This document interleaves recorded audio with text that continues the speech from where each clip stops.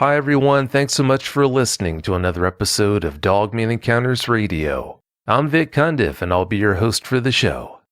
Before we bring on tonight's guest, if you've had a Dogman encounter and would like to speak with me about it, whether in private or on the show, please go to dogmanencounters.com and submit a report. I'd love to hear from you. If you've had a Sasquatch sighting and would like to be a guest on Bigfoot Eyewitness Radio, please go to bigfooteyewitness.com and submit a report. All right, let's bring on tonight's guest. Tonight's guest, Frank Sobczak, was featured on episodes 253 through 256 of Bigfoot Eyewitness Radio. On those shows, he talked about the numerous Bigfoot encounters he's had over the years. Bigfoot isn't the only cryptid he's encountered, though. I say that because when he was a young man, he had a Dogman encounter, and that's what we're going to talk about tonight. All right, let's not waste any more time. Let's bring him on now. Frank, welcome to the show. Hi, Vic. How are you? I'm doing great, but more important, how are you?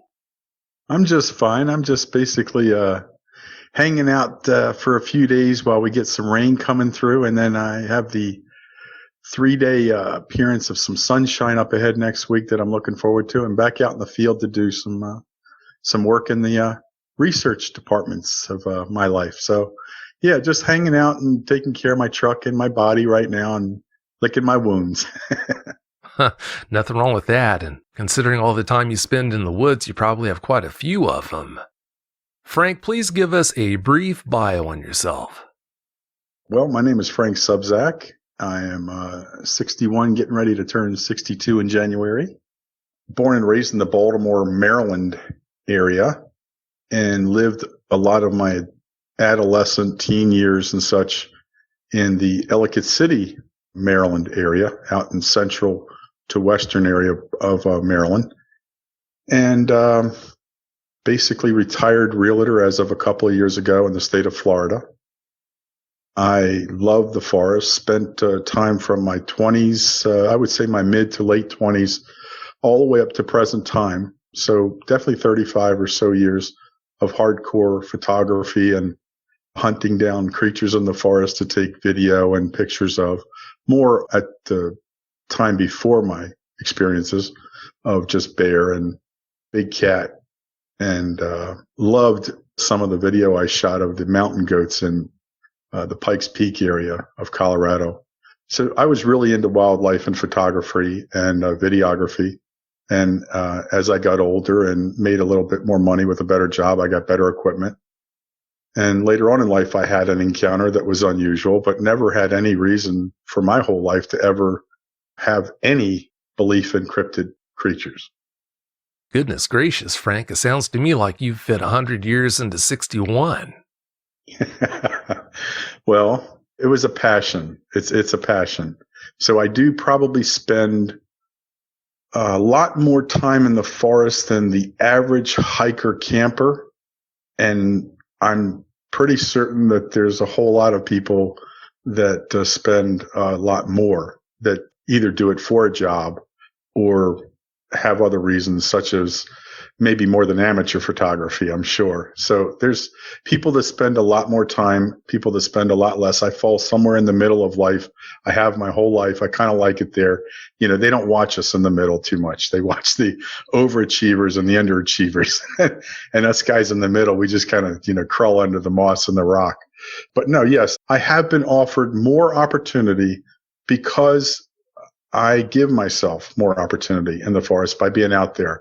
And I don't just go out there to state parks. It's been my passion, and of course, in my photography experience, that if you want to get true wild animals in the wild, you have to go pretty deep in the forest. And along with that comes survival skills and being a better hiker, or more aware, better with mapping. I had to learn how to read a compass before there were GPSs.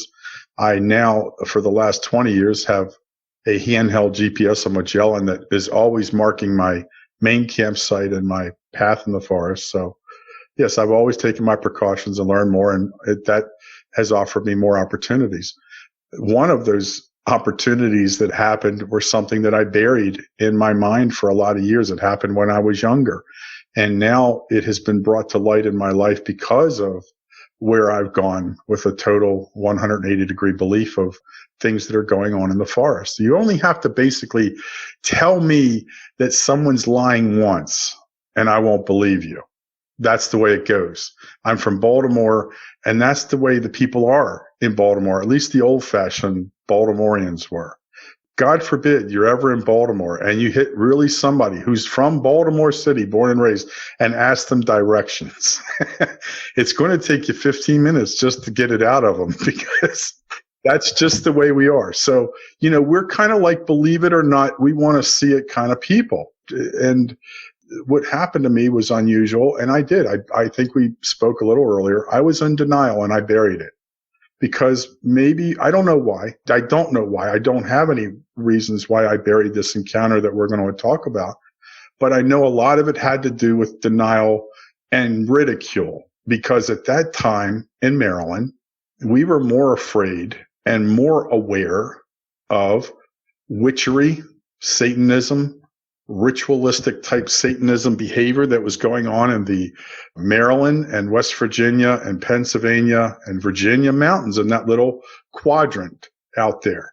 And that's what we were afraid of. I mean, more horror would have come from 4 boys hiking through the forest at night to see like a chain of people with candles and hoods over their head walking through a path. I mean, that we would have just come unglued. We would have jumped out of our skins and ran through our campsite naked of flesh to just get out of there. Whereas we were too young and stupid to know that there was or could be things like Bigfoot, because we weren't told that from our parents.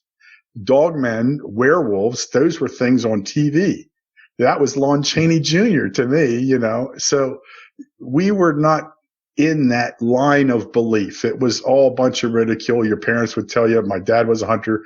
Oh, just probably some drunk farmer, and he probably saw, So that never came up a lot.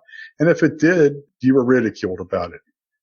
So the encounter that I had, I guess, up till the point now where I've come to terms with the fact that there's cryptid creatures that somebody else was lying to me about, I came to you because I heard a story on your Dogman encounters. It was by a gentleman, Kevin. And I've done a lot of Bigfoot research, encounter type questions with people, and spoken to people that are in my local area when they want to contact me about their encounters. And that's how I've found a lot of different data that's really good. And I can tell when a person is telling the truth and when they're not. And Kevin enthralled me with his nonchalant, there they are in my backyard again, walking around by the lamplight. I mean, I was just like, holy mackerel. If I saw this big wolf creature in my backyard, no, Daddy doesn't live there no more. See? I mean, and it was so amazing. And then he's talking of this area right around me. And I was doing research in that lower quadrant of that range, and I didn't have any game. And I'm saying, like, geez, I started talking to people, and they led me to your show and said, listen to this guy and the range that he's talking about, because you might not have any deer or small mammals or anything in your range, because that's where that thing is feeding. And it never made any sense to me. And it hit me. And all of a sudden, the rushing comes up on me that I had this weird encounter, and I'm going to have to look into this, because these people believe heavily in a Dogman creature, werewolf-like creature that runs through these mountain ranges. And I have, as of this point in time, since that moment I listened to that encounter of Kevin, gone through that area where he lived, and through that area, stopped 6 or 7 people in vehicles, and a third of those people say, I don't go out at night up here. And that's the God's truth. And it's still happening to this day. Well, now I had to come to you and say, Vic, I know you're going to think I'm crazy because I just got off of your Bigfoot Eyewitness Radio, but I feel horrible for these people that are encountering this creature, because I know something that happened to me when I was a younger man who had no belief in Bigfoot or cryptid creatures of any type. Remember, I just don't want to see a dude in a hood and a candle. Okay. Anything but that, I'm good. All right. So when this happened, I said, I felt so horrible because these people are seeing something that they can't jump on the Bigfoot wagon and with thousands and thousands of reports, and you're buffered now. If you saw something cross the trail and it looked like a Bigfoot in front of you or a road, you're pretty much not going to be thought of so crazy now, because we now have people that are encountering it so much. And so many respectable, legible people, from policemen to psychiatrists to dentists to you name it, state policemen, are seeing them run down the road on Route 5 in Oregon. There's a report like that. So they're safe. But these people that have encountered a werewolf-like creature, oh man, you can imagine the ridicule they're going to get. So I said, I want to go on there and tell of this bizarre thing that happened in my life. And I did the exact same thing as probably so many people out there do. I buried it because I could not come up with an answer of what it was. It really freaked me out. And it wasn't a time where you go up and run up the hill to your buddy's house and go, man, you left too early. I just saw this werewolf-like and like dog creature, like standing on its hind, you couldn't do that. That's all I would have heard for 50 years of my life. Every time I pick up the phone to say hi to Billy, hey, did you see any more werewolves out in the forest? No, I'm not going to put up with that my whole life. So I never said anything. And I just started to listen to more and more of those encounters. And I just felt so horrible for these people that couldn't share this incredible thing that happened in your life that I'm going to tell you. It's traumatic when a cryptid creature is only feet from you. You become a whole new person inside.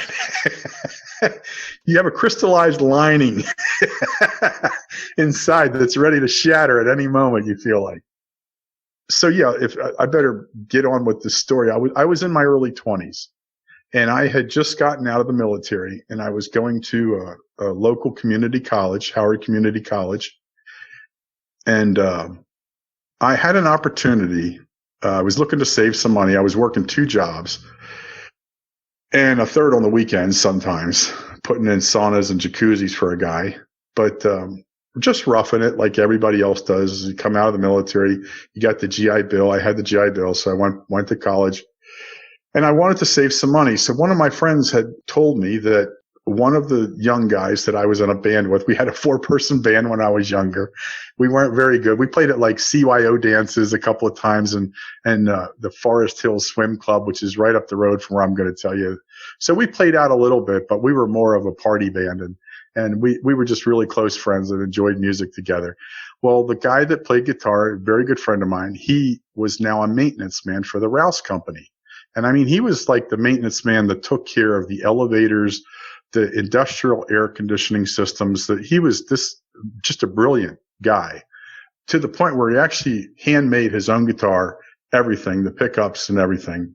It was a poor kid. Basically, he was living in a middle-class neighborhood and, was a single mother in charge of the home. So she couldn't get him the fancy guitars of some of the other kids. This kid built his own electric guitar. This is the genius that he was. Well, he had a very high-level supervisory setting in that company. I never knew how high until later on I found out just how respected he was. Long story short, when you would come down Route 29 out of Ellicott City, heading toward Columbia and then on to Washington, D.C., actually Silver Spring and then D.C., Route 29 and 108 was a very known intersection. It's probably a metropolis there now, because I know that all of this land that we're speaking of has been sold. And I don't even think there's forested land in this section of Maryland anymore, because Ellicott City and Columbia exploded. And, well, right before you got to 108 in the old days, 108 led out to like Clarksville and areas like that, out into there. And then it went down Old Annapolis Road and down to my home and out to the farms. Just at this time in Maryland, it was rolling farmland, adjuncted by sections of thicket forest. The Patapsco State Forest was so thick, only kids could run through that forest. It's a very heavily forested little area. Middle Patuxent, Little Patuxent rivers. We'd fish for crawdads and stuff like that. So at this time in Maryland, this wasn't all built up. And on your right side, just before you got to 108, heading south on 29, people would remember you would look over and there was this giant 2 or 3 story, I think it was just a 2-story mansion, but had a big roof on it. Giant mansion.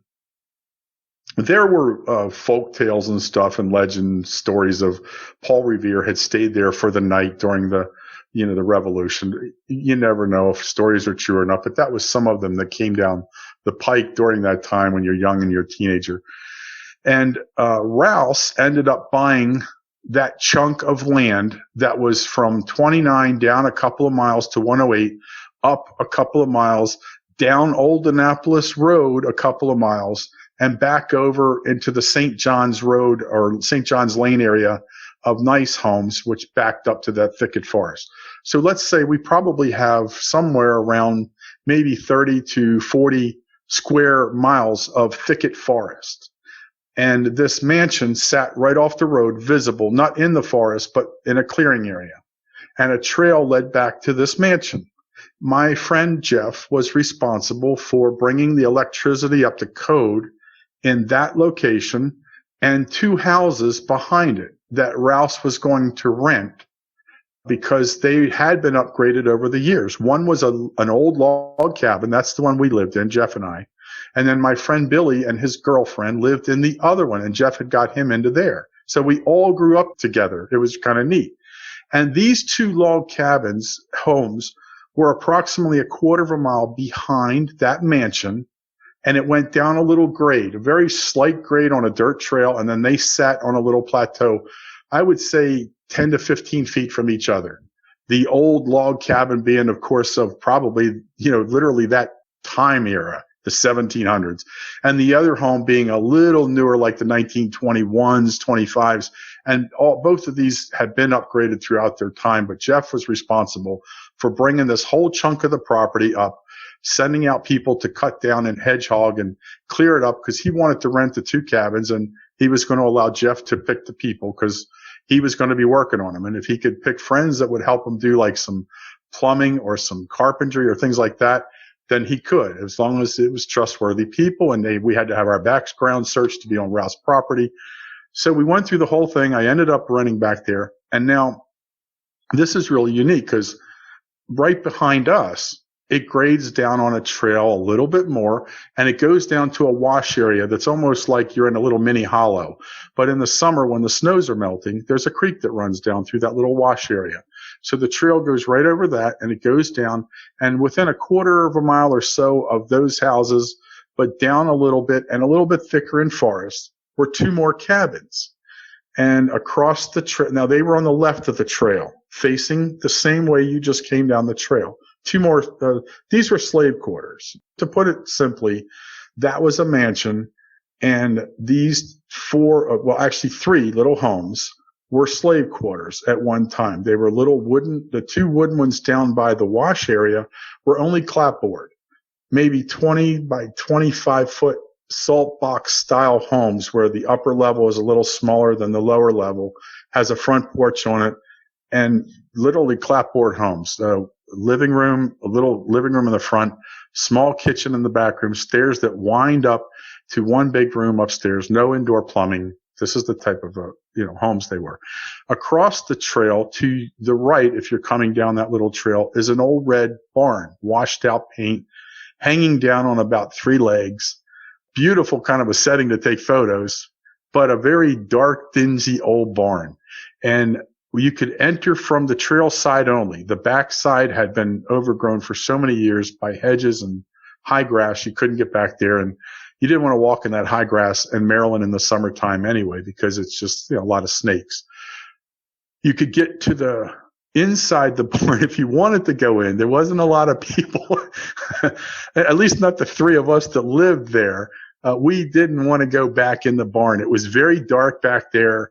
Everything had grown, and vines had grown up the sides and the back of the barn to where when the sun was even at the highest point of the day, first of all, this was kind of a covered canopy area where we were that thick in the forest. But over the barn, there was a a minor clearing of trees. And even on the sunniest of days, light wouldn't shoot through those panels back in the back of that barn. So nobody like walked back there and sat back there and drank a beer or nothing. You know, we went in there to shoot bats and pigeons off the barn because they would just pile in there. And it was something to do. When you were young, I was destructive, not too bad. I didn't do anything to any other animals, but yes, we'd like to shoot pigeons and bats off the wall. We would take bird shot, 22 rifles with bird shot. They're real quiet. They don't make a lot of noise. And, you know, you can pluck them off. And it was just fun to go down. And on this day, Billy was home next door. And of course, Jeff worked for Rouse. I was working 2 jobs that had weird schedules. I worked at a liquor store at night, and then I worked daytime at a hardware store, and it was certain days and times. So I had a day off here. Billy was off, and we said we'd have a sandwich and then go down there. And we must have started down the trail to go down and do some plinking, probably around 12:15. It didn't take us long to make sandwiches, and we were actually eating them on the way down while we were walking with our 22s. So I would say it was about 12:15 to 12:20 in the middle of the day in Maryland. It's early summer. I think it's like May or June, and we just have a beautiful day. It's blue skies out, crystal clear, and we're walking down through this little old wagon trail is really what it was. And we go down to the barn, and, you know, we always joke with each other about who's going to go in and all, and then we start doing our plinking, and nothing really occurs. We sit around and have a snack bar, walk up the trail a little ways. You walk back into some really heavy thicket. And sometime we would put like things like Billy smoked cigarettes. So he would take the cigarette pack if he was down to his last one, and he'd stick it on a limb back there and walk back 25 feet or so. And we'd sit back on the trail, and we'd pluck the cigarette pack and see who could knock it off the limb first. And we would do this stuff for hours on end. It was just, you know, there was always something to go find and do. And I guess we had killed a good couple of hours at this point. So it was around 2:00, and Bill decided to go back.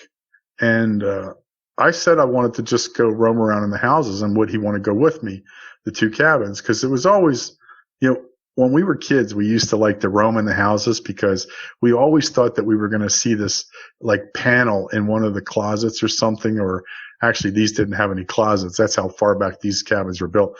But we always thought we were going to see this secret panel in the wall, and you pull at it and there's going to be like all these gold coins, and you're going to be rich forever. And that's what, when we were kids, that's why we used to run around in the Patapsco forest. We'd be doing crawdad hunting like half the time, and the other half of the time we'd be looking for gold. So never happened. But I said, come on, let's go, you know, like the old days, man. Let's go rooting around in the houses and just see. He goes, man, you got to be careful in those houses now. He says they're dangerous. They're all rotted away, you know. And so I says, okay, well, I'm just going to go over there. And he heads up the trail and leaves. And I go over to the first one, and darn if he isn't right, because as soon as the porch is fine, oddly enough. I walk across the first porch, but when I put my foot in the second one, my left leg went right down through the floor. And that freaked me out enough, because I know there's just snakes crawling under those things.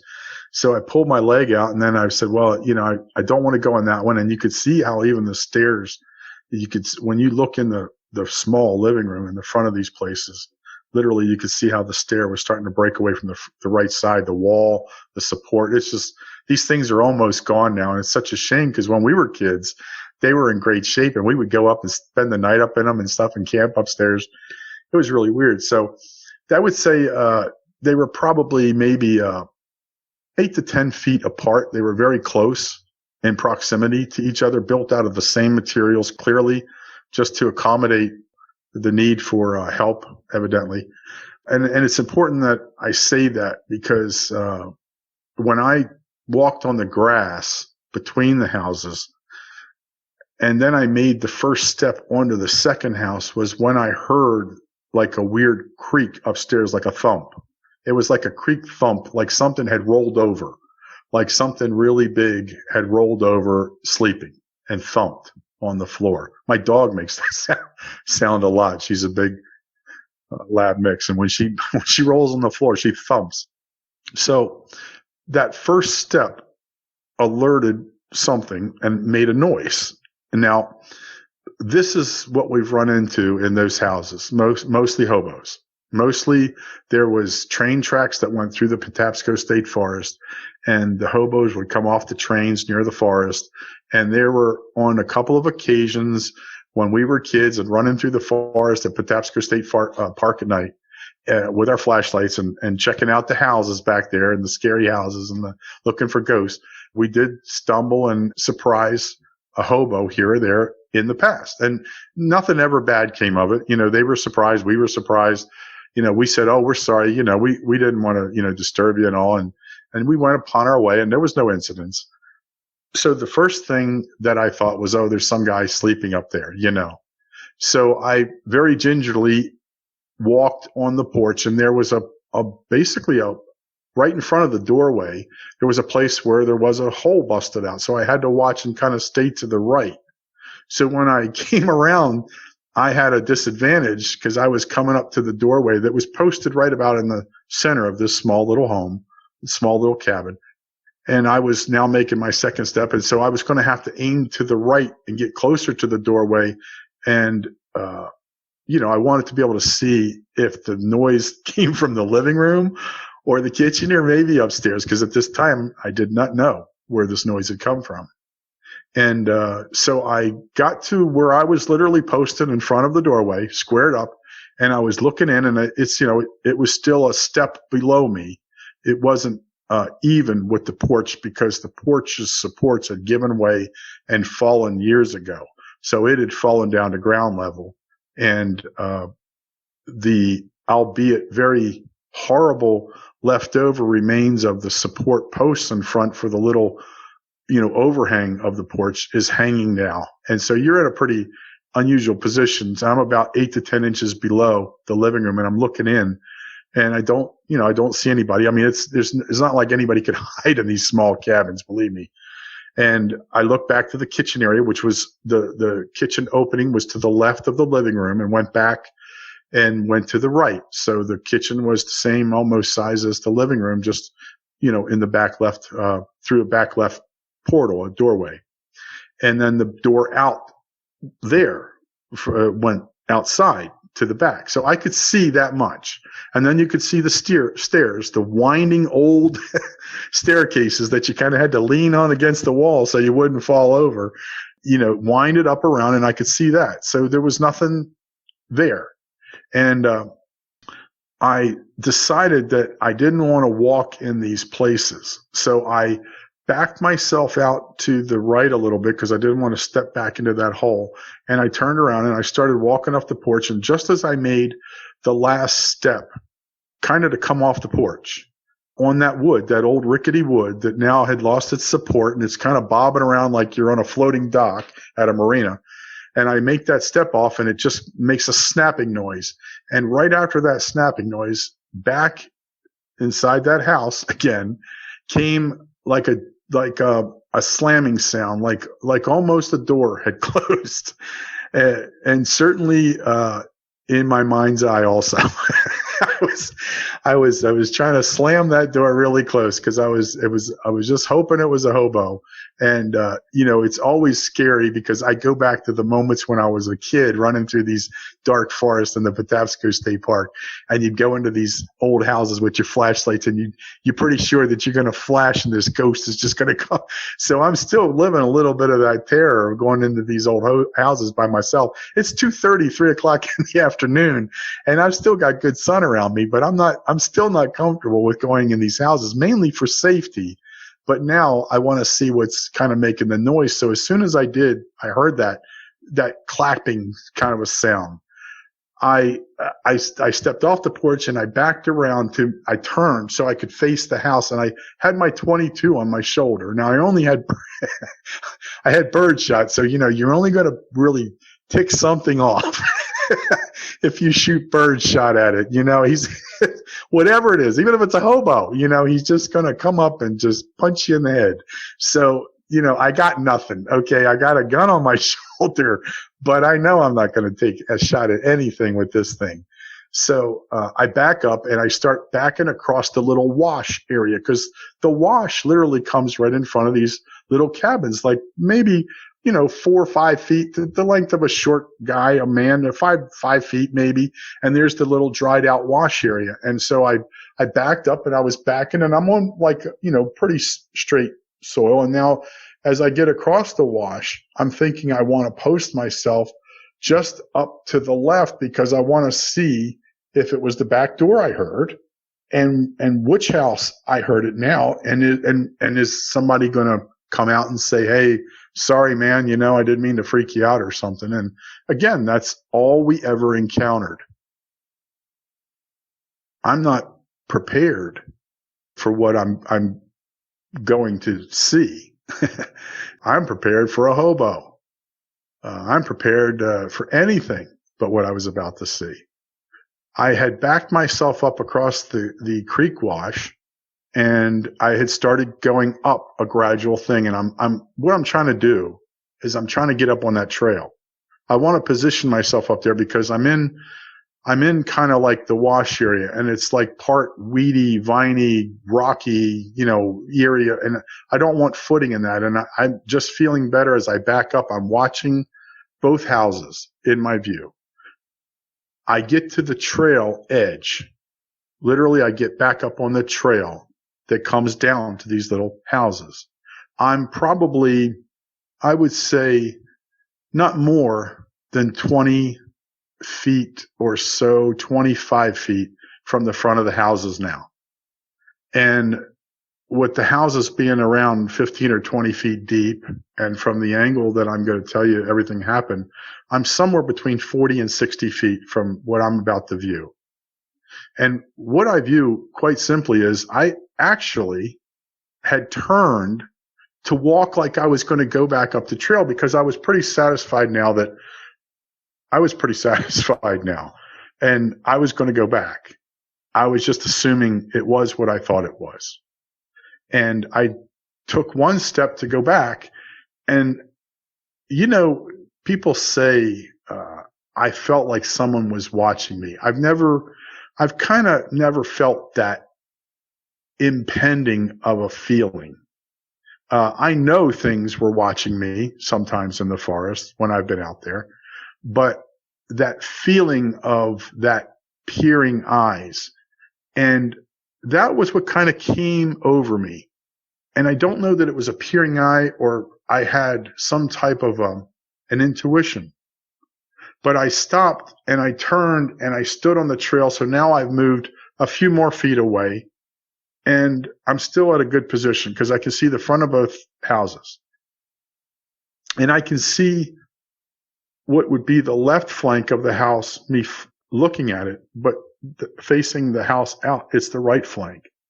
And there's a small, almost looks like they made it themselves. It's so crooked and dilapidated, a small window in the side of the kitchen, back by the kitchen.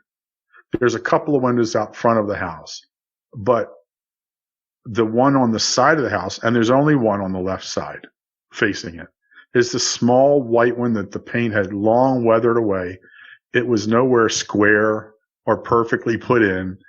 It was a single pane, old piece of glass that must have been, you probably get a ton of money just for the glass out of that window now, because it wasn't, it had the old spots in it before the sanding days of the adding sand into the grinding procedure of glass. So it was a distorted old window, single pane, and they had put the little crossbars, and it was kind of comical looking in a way because it looked like something you'd see in like a Popeye movie. His houses are never square and everything's kind of off kilter, and that's what it looked like.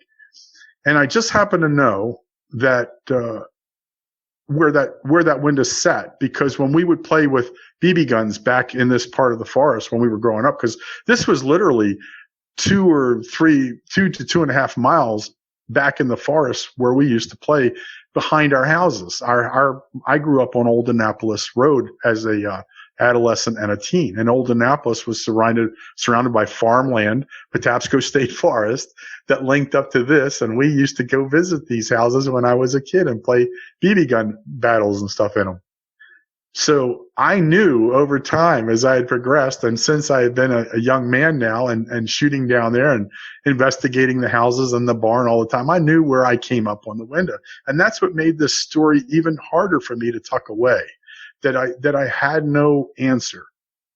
The first thing I remembered was that when I had that feeling of wanting to look around, I guess you would say, yeah, like somebody was looking at me, or I had an intuition.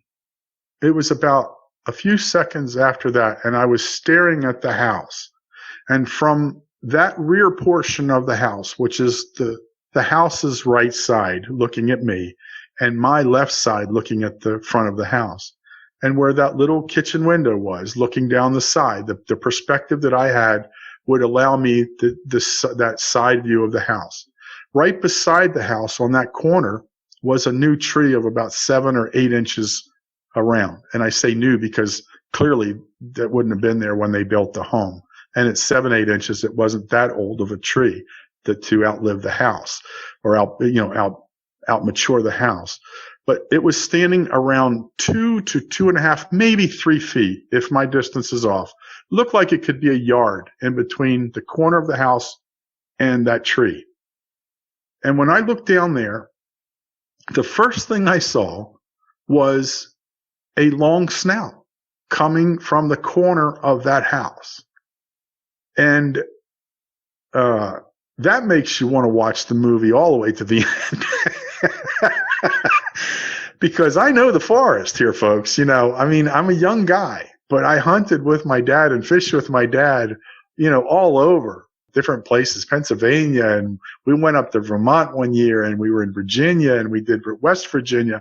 So I had been out in the forest with my dad hunting squirrels and pheasant in the fields and all kinds of learning.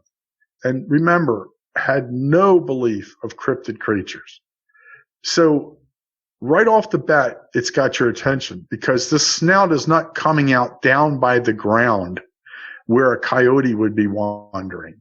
This snout is coming out from behind the house up where that window is. Now, I haven't made any perceptions, or I'm not, doing any laser shots of this and measuring angles. And all I know is this nose is darn close to that white window. And at 5'11", all my adult life, I've never gotten any taller. I know I don't come up to the top of that window by another 10 inches to a foot. And this nose is coming out near the top, but that's not the end of the photo opportunity here, because I didn't get photos, except this horrible video to run in my mind that I can't describe, that I can't understand to this day. But as the snout came out, I remember one thing, it kept coming out for a while. It was long. And as it came out, I saw that it was a gray, what appeared to me with my wildlife knowledge, it appeared to be one heck of a large gray wolf. It was gray. It wasn't brown like a coyote. The coyote wasn't leaning on the tree. I went through this all, folks. Believe me, I've fought with this one over and over and over again, and I've been really close to a Kodiak bear and a mountain goat 20,000 feet up in the sky and a mountain lion hanging on a rock. I've seen wildlife, and this doesn't make any sense because this thing, his head is up at the height of the window edge. And as it comes out, I see that it is walking on 2 legs. Okay, so whatever ones of you have hung in there to this point, because that's what I'm thinking at this point, is what? I see this giant. It is gray. It is clearly gray. And here is the really trippy thing that this odd creature does. I'm thinking, well, any creature that wants to stay covered or secure, he's going to move to that tree, albeit it's only 7, 8 inches in diameter, thickness. He's not going to get much cover, but he's got to be using it because he's got nowhere else to go. After he comes out from behind the house, and I see the full creature literally pass by that 3-foot opening and to the tree, He's not going to stop. I'm thinking he's going to stop for a little bit of cover. No, he keeps coming. And here's the things that are going through my mind. First of all, the head is superiorly larger than the rest of the body in appearance. And I'll tell you what I mean by that. It almost stands out that his head is larger. But he does this thing where he goes past the tree, and even though he's looking to his right, my left, and his arms are, his front legs are sticking out in front of him. And along with a large head are large feet up top of his arms and large feet at the bottom, which I can see because he's walking on pine needle kind of wash cover. This is no growth up there. There's no growth right there by those houses. So most of it is pine needle base and just dirt wash and rock. And I can see him. I can see him from his feet to the top of his head. He has giant ears, and he turns his head to look down the wash area. And I can see he's got a huge triangular wolf-like head. And the snout is very long, very long. This is not a coyote. It's not brown. It's gray. It's got a big, thick tail. The legs clearly very powerful, big dog-like legs with huge feet at the bottom and huge feet on the arms that are down at this creature's side, not down at their side. His elbows are like tucked in. And he's walking with his arms out and his feet just out in front of him. And he does this turn to look down to the wash area. It's a very thicket area, this heavily bush growth down in there, fed by the creek about 6 months out of the year.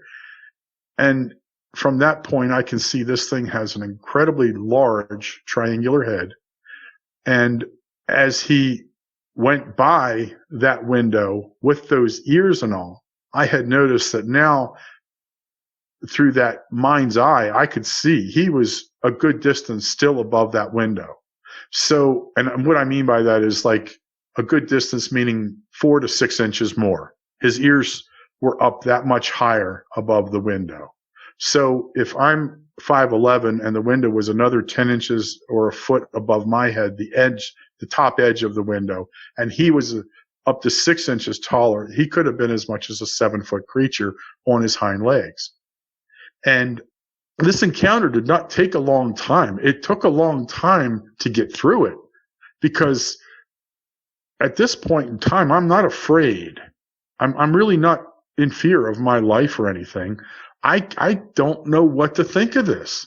And I'm starting to wonder if coyotes or wolves, which we did not have in Maryland, we did not have wolves in Maryland at any time in our future, I don't think.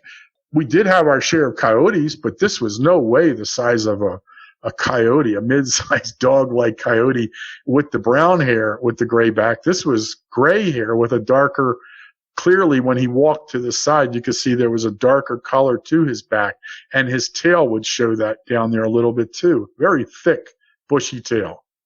And so this had all of the characteristics of a wolf. But along with the size of the creature's extremities, his feet and his paws, front paws, and his head, the incredibly bizarre thing that struck me, and here's where I started to think that this was a joke. The mechanical way that it walked, I watched it take probably, I'm assuming because I wasn't watching its mechanics at the time, I was more paying attention to this upright wolf with its arms out in front of it and it's this giant triangular head. I was trying to look to see if I could identify this creature. So I did notice, but I would say between coming out from behind the house and where it was standing to the left of the tree now, to his right, he's out from the house, out from the tree, and he's there, and it's a sunny afternoon, and I'm seeing this. And I was trying to identify it, but I would think he took 3 to 4 steps. But of the last 2 steps, when he came out from the tree, that's when I was down by looking at his feet size and the size of his haunches. Those back haunches were like a Great Dane on steroids. I've seen Great Danes. I watched them race in Florida, and I was against them racing in Florida and was one of the people that voted to stop that racing in Florida. But when you see those Great Danes haunches, they're like horses, some of those dogs. This minuscule, the size of that animal's haunches. This was just a really large wolf on its hind legs. And the last 2 steps that it took, that leg that was facing me, which would have been his left leg, it looked like it was having a hard time creating the mechanics of the walk. It wasn't falling and stumbling. That's not what I'm saying. I'm not saying that it looks like he's going to fall over. What I'm saying is he's smoothly gliding, but the mechanics of his leg, it is acting like a dog leg, like it's sprung, and every step is abrupt. And that was the word I couldn't think of when I was talking to Vic. I kept saying juddy, and I feel like a 12-year-old that can't speak good. It was an abrupt motion that he had of lifting that leg and having to plant it really quickly again. Not long, big strides, just making sure he kept that very fluid motion. Honestly, his head did not bob up and down a lot. And yet this motion, and it was here that I kind of described to Vic like, oh my gosh, you know what this is? Oh my gosh. And I'm thinking in my head, they just, they did the Blair Witch thing up in the Maryland forest, and they did some other horror movies. Oh my, there's some people up in that house, and they're trying to see if they can freak some people out for real with this mechanical wolf. And there's a guy that's going to walk out here with a remote control any minute now. And and that person never came. And I guess the encounter lasted possibly as much as I want to say 20 to 30 seconds. The whole thing lasted. It still is one of the freakiest moments in my life to date, because I've been able to identify everything that has now jumped in front of me except that creature that day.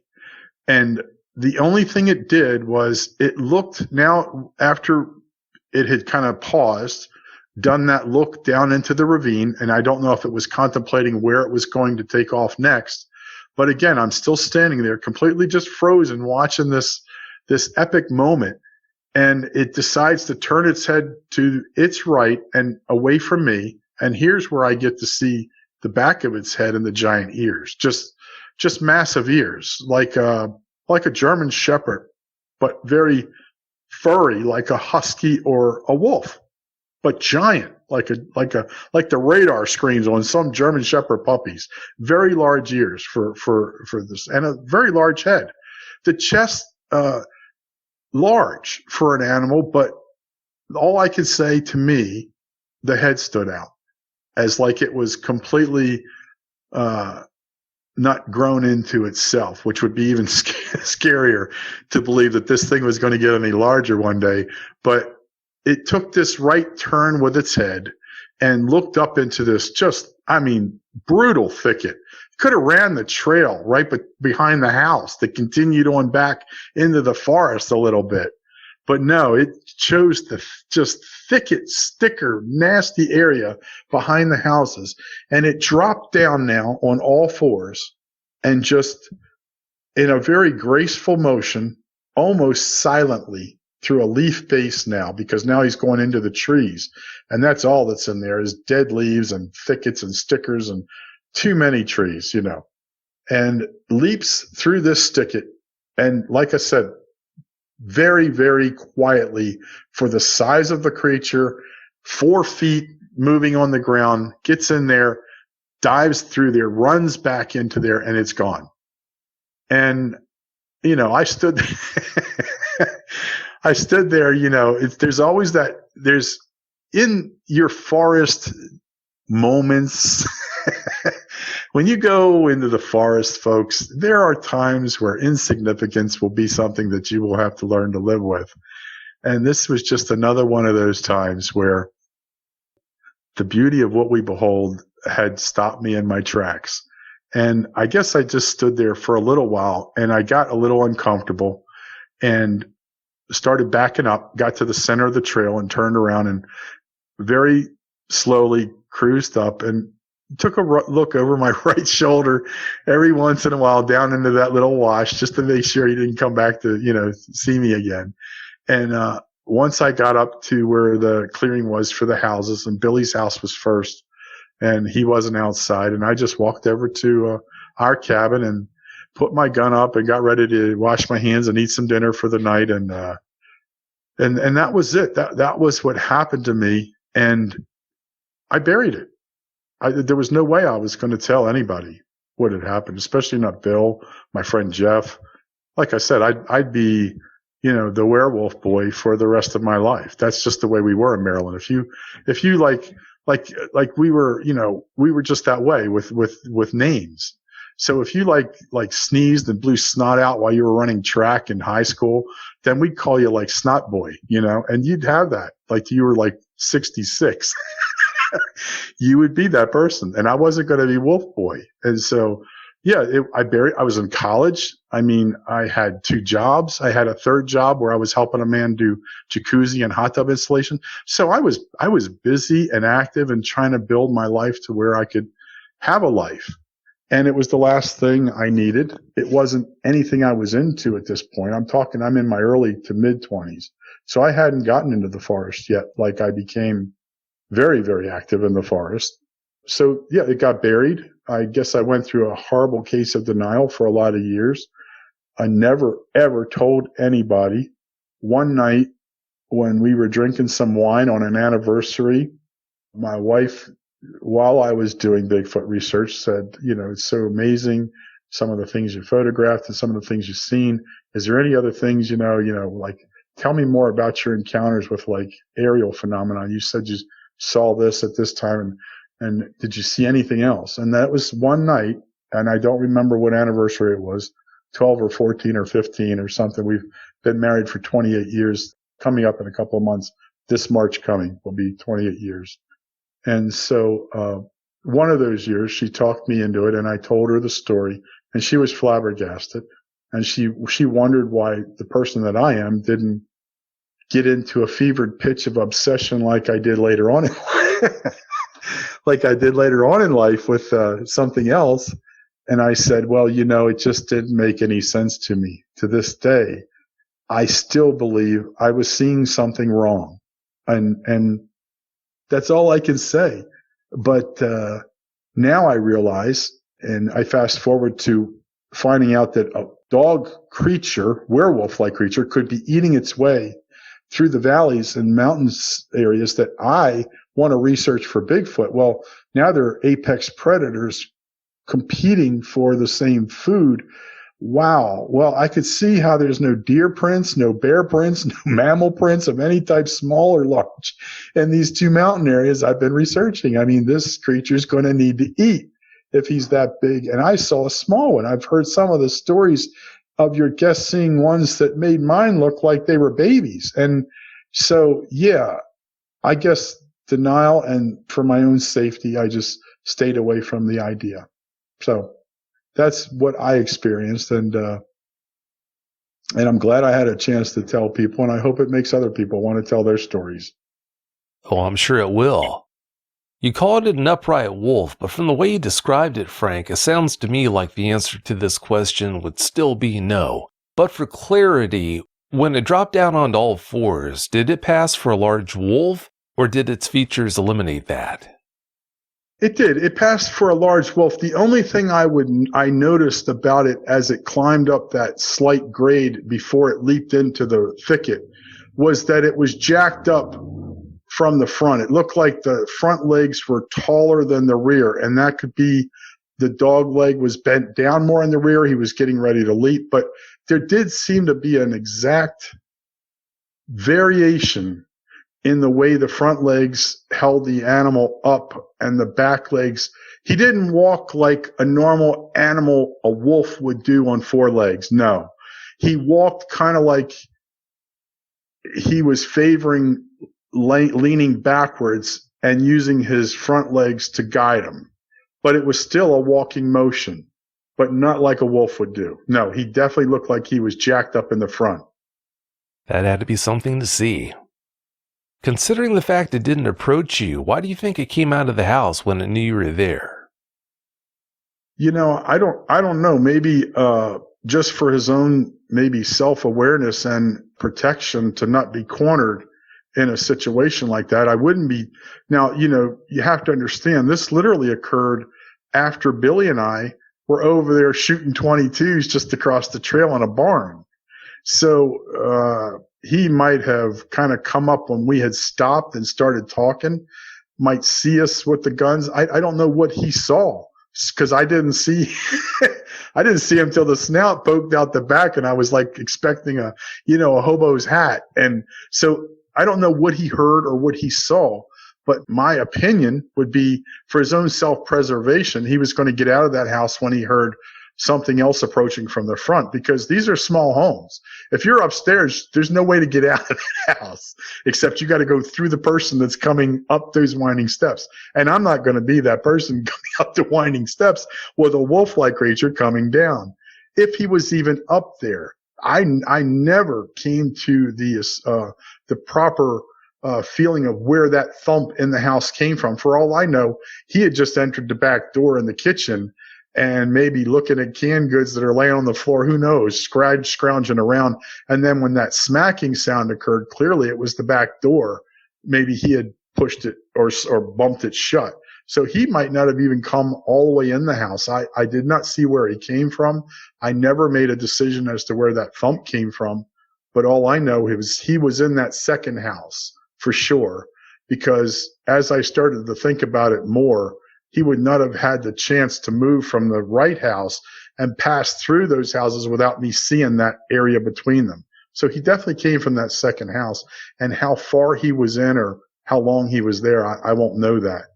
But definitely, yes, it was an odd situation, because I think had it been like something really more aggressively bizarre, like some people see, where they're more morphed into that really scary creature, this would have been a different story. This would have been a different situation. I prided myself on my knowledge of the forest and the creatures in it. And this clearly looks like one of them in it, except for a couple of the body parts being outsized and it walking on two freaking legs. It's probably the largest part of the story I couldn't figure out in my head, was why is this wolf that doesn't belong in Maryland walking on two hind legs, and it seems to be about 7 or feet so tall. It's a husky big dude.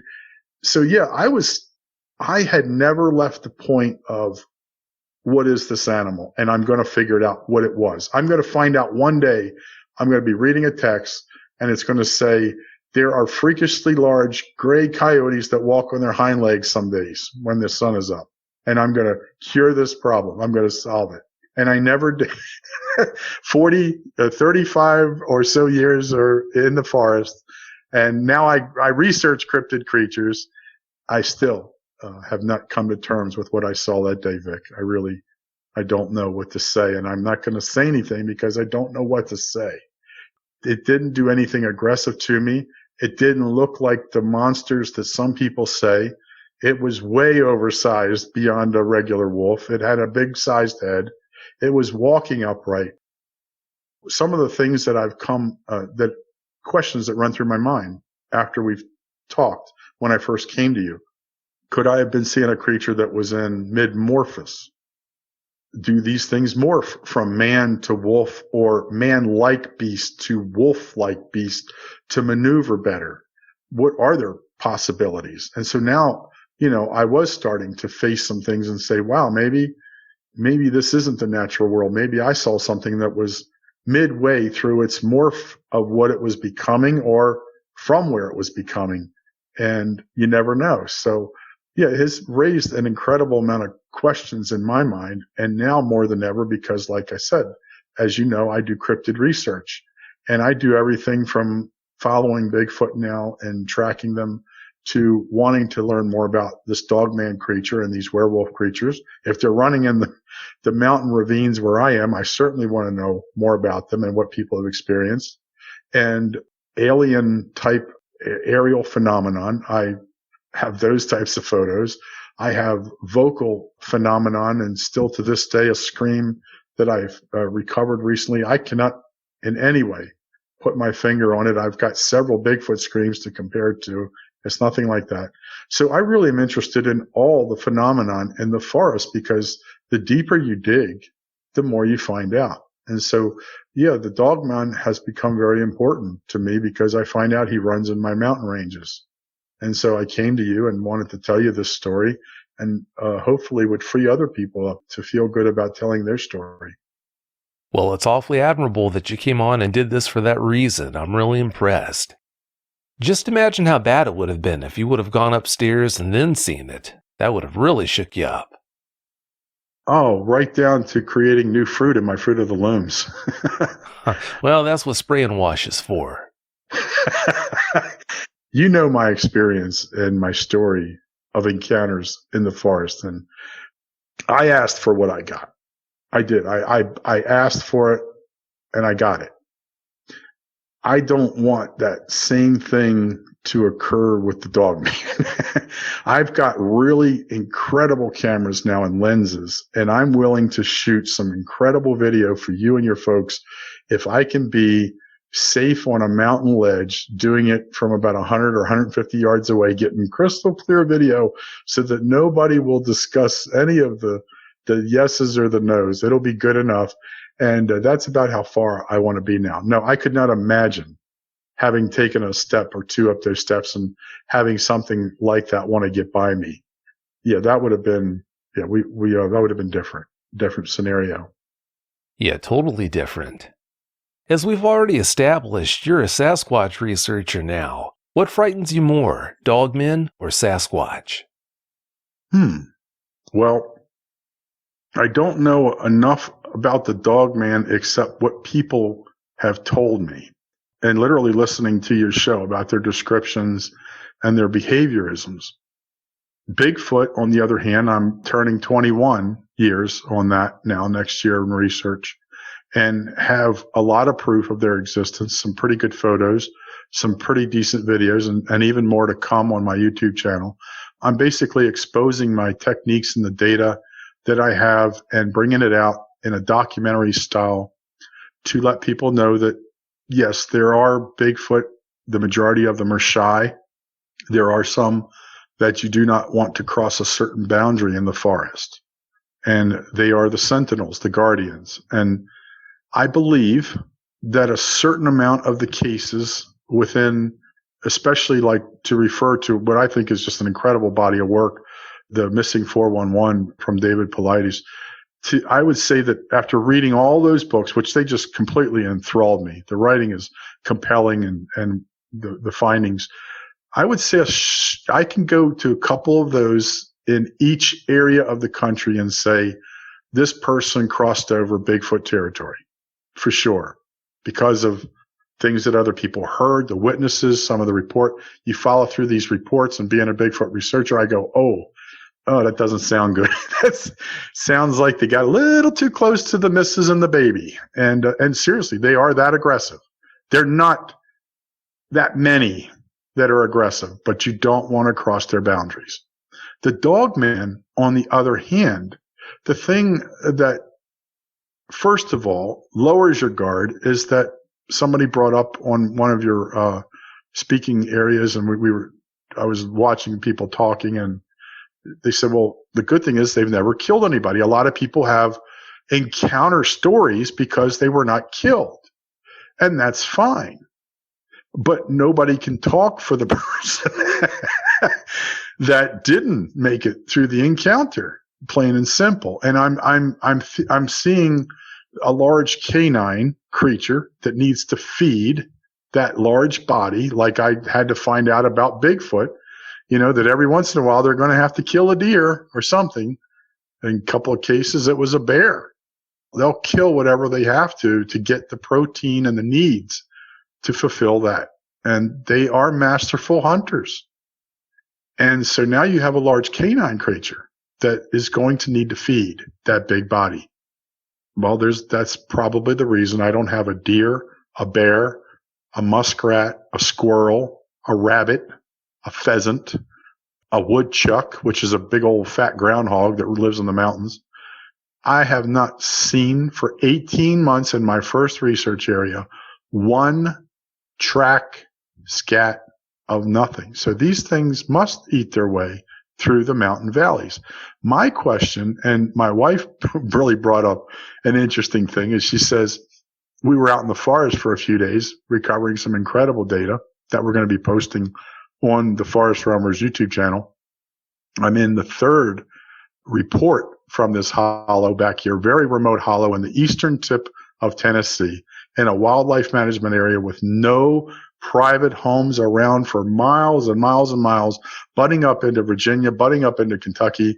Oh, just incredible payoff. I already recorded some stuff. But long story short, she says the other day, while we're down in this river, she always has to pull these questions out at the dangest moments. You know, what do you think would happen if a Bigfoot ran into a Dogman? And I kind of stood there for a second and I says, you know, there's a video on YouTube of Bigfoot fights bear. And if you guys get a chance to try to find that video, I don't know if it exists anymore, but I'm going to tell you something. If it's fake, and I'm not saying that I believe that this is a real Bigfoot video, so please don't pelt me with rocks, but I'm going to tell you something.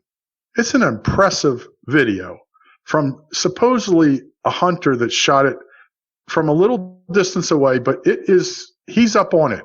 He's zoomed in, and supposedly this is a Bigfoot and a brown bear, I think it is, fighting. They're up on all twos, wrestling each other. The bear even takes a bite out of the Bigfoot's shoulder. And at one point, when they're wrestling and sliding back and forth, you can see that this is a male Bigfoot.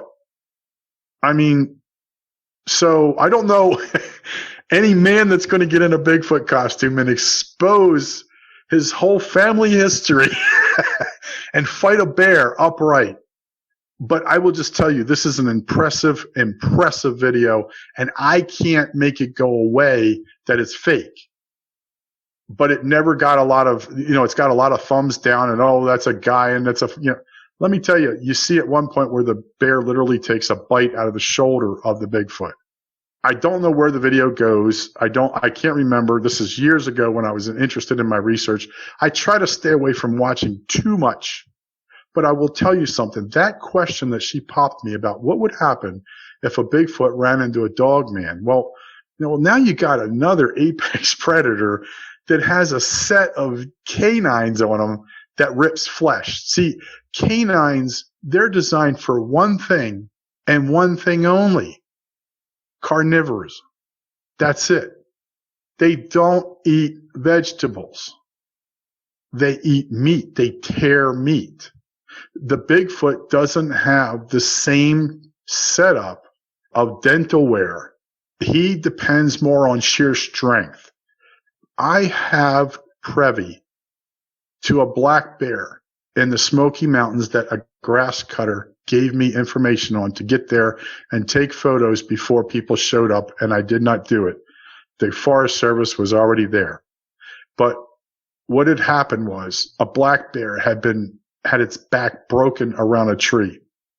And the guy said not only was it broken around a tree, he was responsible for cleaning up the animals and stuff that were in his way in the Smokies so he could cut the side grass and to keep the sides nice and trimmed in the forest trails. And he said that with a pry bar that he had on his tractor, he couldn't pry it off the tree. The bear had been dead for a while, and there was a center hole ripped out of his stomach. Literally like something just reached in and got the gizzards, the heart, the liver, and that was it, and left. That's all they wanted. Well, that just happens to be what Bigfoot love to do, is eat the liver and the kidneys. They're very high in protein and high in calories, and these large sentinels, these large creatures need that kind of protein to keep moving. So I'm thinking, and I look at my wife and I say, wow, honestly, I don't think a Bigfoot would want an apex predator the same size as him with ripping, tearing canines coming at him, because he's going to have to depend on that one punch to the head, or maybe try to get an arm and break it or something. He's thinking he's got to disable this creature another way because he doesn't have that tooth structure. And meanwhile, this large head of this apex predator is just trying to rip a hunk of meat off you. When coyotes attack a deer, one leaps on its throat, another leaps on its face, other ones jump on its back legs, and they try to snap the leg and break it. And they want to take that animal down and kill his mobility and his breathing. So the ones on his face are trying to suffocate him. The one on his neck's trying to break his neck by biting and shaking. And the ones are breaking his legs so he can't get away. And they're waiting for him to suffocate. So now you got this same canine mentality and the same size as a Bigfoot coming at this Bigfoot. I'm going to tell you, it could be the reason that Bigfoot numbers drop every once in a while in the forest. Who knows? And do they prey after they're young? And that makes for a real bad competition in that same territory, because they both hunt the same creatures, deer and any other animal that they can kill and eat. I've found every kind of a bone in Sasquatch dung, from frog bones to coyote to small mammals like beavers and to deer fur. So, they're in that way, they'll eat anything to survive. But an interesting question. And like I said, I don't know if Bigfoot would appreciate running into them too many times in the forest. So interesting look at the way things are. You think you've met the apex predator that goes above the bear in the forest, and now there's another one that questionably could be wreaking some havoc on his daytime feeding schedule. So pretty interesting thoughts, though. It does complicate things, no denying that. You told the listeners about this on episode 256 of Bigfoot Eyewitness Radio, but as if having that Dogman encounter wasn't bad enough, you had another experience that actually changed what you're willing to do in the woods forever. Please expand on that for us. Well, like I said, I was in my early 20s to mid 20s at this time, and I had not really gained. Something happened to me in my mid 20s to late 20s where I got out into the workforce, and we all have those stresses of running hard, and your job's always demanding more of you. And I wasn't getting what I needed out of the city and the few hobbies and things that I had. And again, in my life, like I said, I had started being pretty active in the forest with my dad when I was young. Went through really great periods as a young teen and a teen adolescent, where my friend's mom would take us up to the Appalachian Trail, and we would hike sections of it in the summertime. We would go to the river at Harper's Ferry. I think it's the Patapsco River. I'm sorry, I can't remember things. I'm 62 now. But we would ride the rapids with inner tubes, and she'd pick us up down, and we'd hike portions of the Greenbrier. So I was an outdoor kid, and I loved the forest, was very comfortable in it, got away from it while I had to do the things I had to do, which was finish school and do those first jobs and get experience. And I got into the workforce, and it was around my late 20s. And I really demanded more, and I started to go out and really I took to photography. And I wanted to, after I got to the main parks and things around me like the Poconos and I used to go to the Savage River area of Maryland, some really beautiful photos to be had there. Cumberland Gap, go down into West Virginia and Harper's Ferry and take perspective photos. And I got into photography, but I wanted to go deeper back into the forest and keep doing things. So I did. And I kept, each time I had a vacation every year, 2 weeks, 3 weeks, whatever I had, I wanted to use it all. And I started to zero in on certain animals. I think I told you first I wanted to see real mountain lions in the wild. I didn't want to go to the zoo and photograph a mountain lion. So my photography career went through this thing where I wanted to go see Kodiak bears. So I went to one of the formal trips, paid, and they take you out on the tundra, and you have a rifleman as your guard, and your guide, and they tell you when to go down to the river and get your photos and when the best time. And you have a debriefing when you start this trip and all. And it's incredible. I tell you, if they still have it, I recommend that. It's so cool. So cool to be that close to the Kodiak bear, ripping salmon out of the river. These were things I really enjoyed. Had no reason to, at this point, think that anything else was going on. And so I had this unusual thing occur in my early 40s, and I was in the Ocala National Forest doing some camping, and boom, I got to walk across the trail of the creature, the upright, hairy dude that everybody knows. And I went into a tailspin. That was 1999, I believe. And I went into a tailspin of obsession for the next 21 years. And we're talking, this is my 21st year. Now, along the way, I gave it up for 5 years. From 2013 to 2018, I didn't feel comfortable getting out of my truck in the forest and even walking to the lakes in Ocala on a trail where I could see my truck. I had lost all kinds of comfort. That complete comfort zone that I had pushed to an extreme limit shattered like crystal.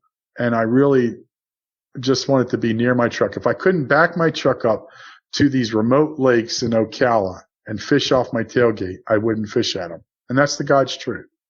And it all happened with just, I had went through a roller coaster ride of my research.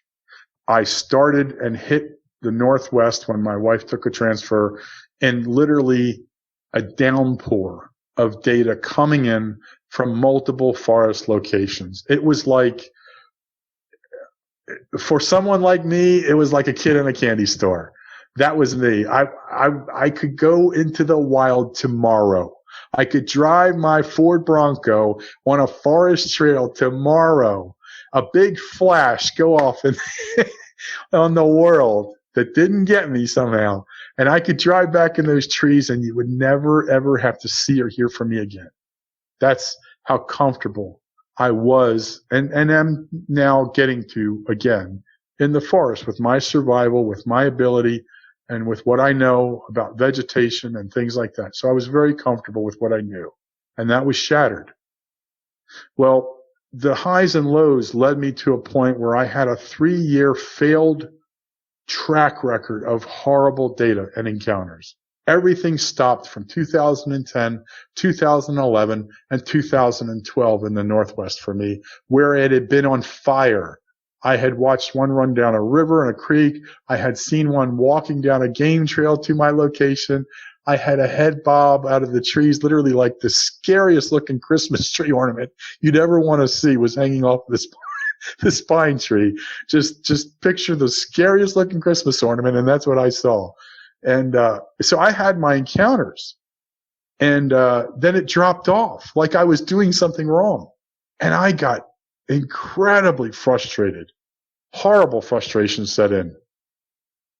And I decided that I had one kill spot to go to. And it was this area back up behind these ridges, in between these ridge lines. And I had known for some time it was a sensitive area because some of the footprints that I have that you will see on my YouTube channel, Forest Rumors, you're going to see pictures flash up. Most of the photos that you see are all mine, all shot with my cameras, myself in those locations. There are a couple you will see these long, slender footprints running up the side of a mountain in this heavy mud kind of thicket stuff. Those are actual Bigfoot prints running up that hillside.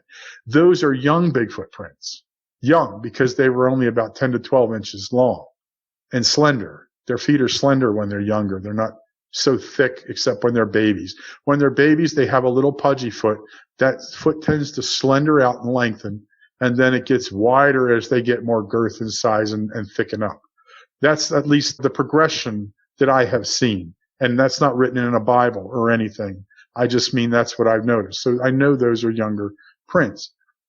So I knew where the sensitive area was. And so my wife got notification that she wasn't going to be able to leave the company or transfer. We weren't going to be able to get back to the East Coast. So she decided to retire with Verizon, actually with Frontier at that time. and we were going to move back east, and she already had something lined up, and I was going to refire up my license. So I've got a year from late 2012 to late 2013, because we're getting ready to get packed by 2014 in spring, and we're out of there. So I decided that, I looked at my wife and I said, look, I've got one chance. I've got one chance, and that's it. And that's to go back to that sensitive area where I know the young are. But I know I'm going to encounter some issues, that it could be bad. And I got nobody to take with me. It's so hard to get people to do this type of research with you and then to stay dedicated to it, because let's face it, I had a unique situation and opportunity in life. Many people, just don't have that. They're working their butts off, trying to keep food on their family table for their family. I understand. I'm trying to lure a couple of young guys out now with me to help me, but I understand, they're working for their money that I'm already retired out of. So I went June 3rd, 4th, and 5th. I says, that's it. It's the last time I'm going to try this. I had pretty much walked away from all of my routine and my standard of doing research. I was frustrated. My mentality was, I'm going to go back to this sensitive area. I'm going to sit on the side of the ridge that's away from them, right on that side, and I'm going to get some rest. And that first day, I'm running down there with a high-def camera, and I'm going to go check that whole area back in that deep, deep ravine between these two ridges, and I'm going to capture them. I'm going to get them. I'll get something. If I get babies, that's what I was looking for. And so I had the trip planned. I get ready to leave the morning of June 3rd, 2013, out of my place out of Hillsboro, Oregon. And my wife looks at me and says, please don't get yourself killed. Now, that was a pretty common statement that my wife would make when I went out the door. Even if I went to the Home Depot, it's just don't get yourself killed. That was I like 99% of the time I was right there. I did it. This 1% of the time I almost really screwed up and didn't answer that call. But the morning came, I got out to the location. Everything it was just a gorgeous day. It was a beautiful, crystal clear, blue sky, very gentle breeze blowing, somewhere around the 82-ish kind of temperature. In Oregon, no humidity. I'm going into Mount Hood National Forest, which I think is and I hate to say one of the most beautiful forests, because I've been to just about every national forest in America, and I think they're all beautiful. And the ones in Canada, and I think the swamps of Louisiana are really beautiful. And, I think the mountains of Washington are beautiful, and the Rockies. So really, we have a gorgeous country. And you guys need to get out there and see even your local area. It's just such a beautiful country. It's hard to say, but it is a beautiful forest, and it's a beautiful day. And I'm ready to go. I feel good. All of my wounds have been healed, and I'm feeling good. My torn Achilles and hamstrings and ribs and shoulders and everything else. So I'm feeling really good. And I get back in a pretty good time for a ridge line where a quarter mile or so of the first part of it has literally slid out and fallen out. And I have to negotiate a ninja-like proving ground of rock and fallen trees and stuff. Once I'm by it, I can cruise pretty well. I'm on the top of the ridge line. There's a shy little angled shelf, that you could slide off of, but it's sitting closer to being level than the rest of the ridge line, because this is an actual ridge line. This is a vertical ridge line that I'm climbing across the top of. And I'm making pretty good time for a 50-some-year-old guy, to the point where I almost do my miles within an hour. And I'm happy with getting back there. I cruise up. I see this watershed creek boulder area where I want to be. I look under, and there's a little bit of growth coming up over the ridge line, and a nice little spot to nestle myself right by a dead fallen log. And I set my little remote campsite up.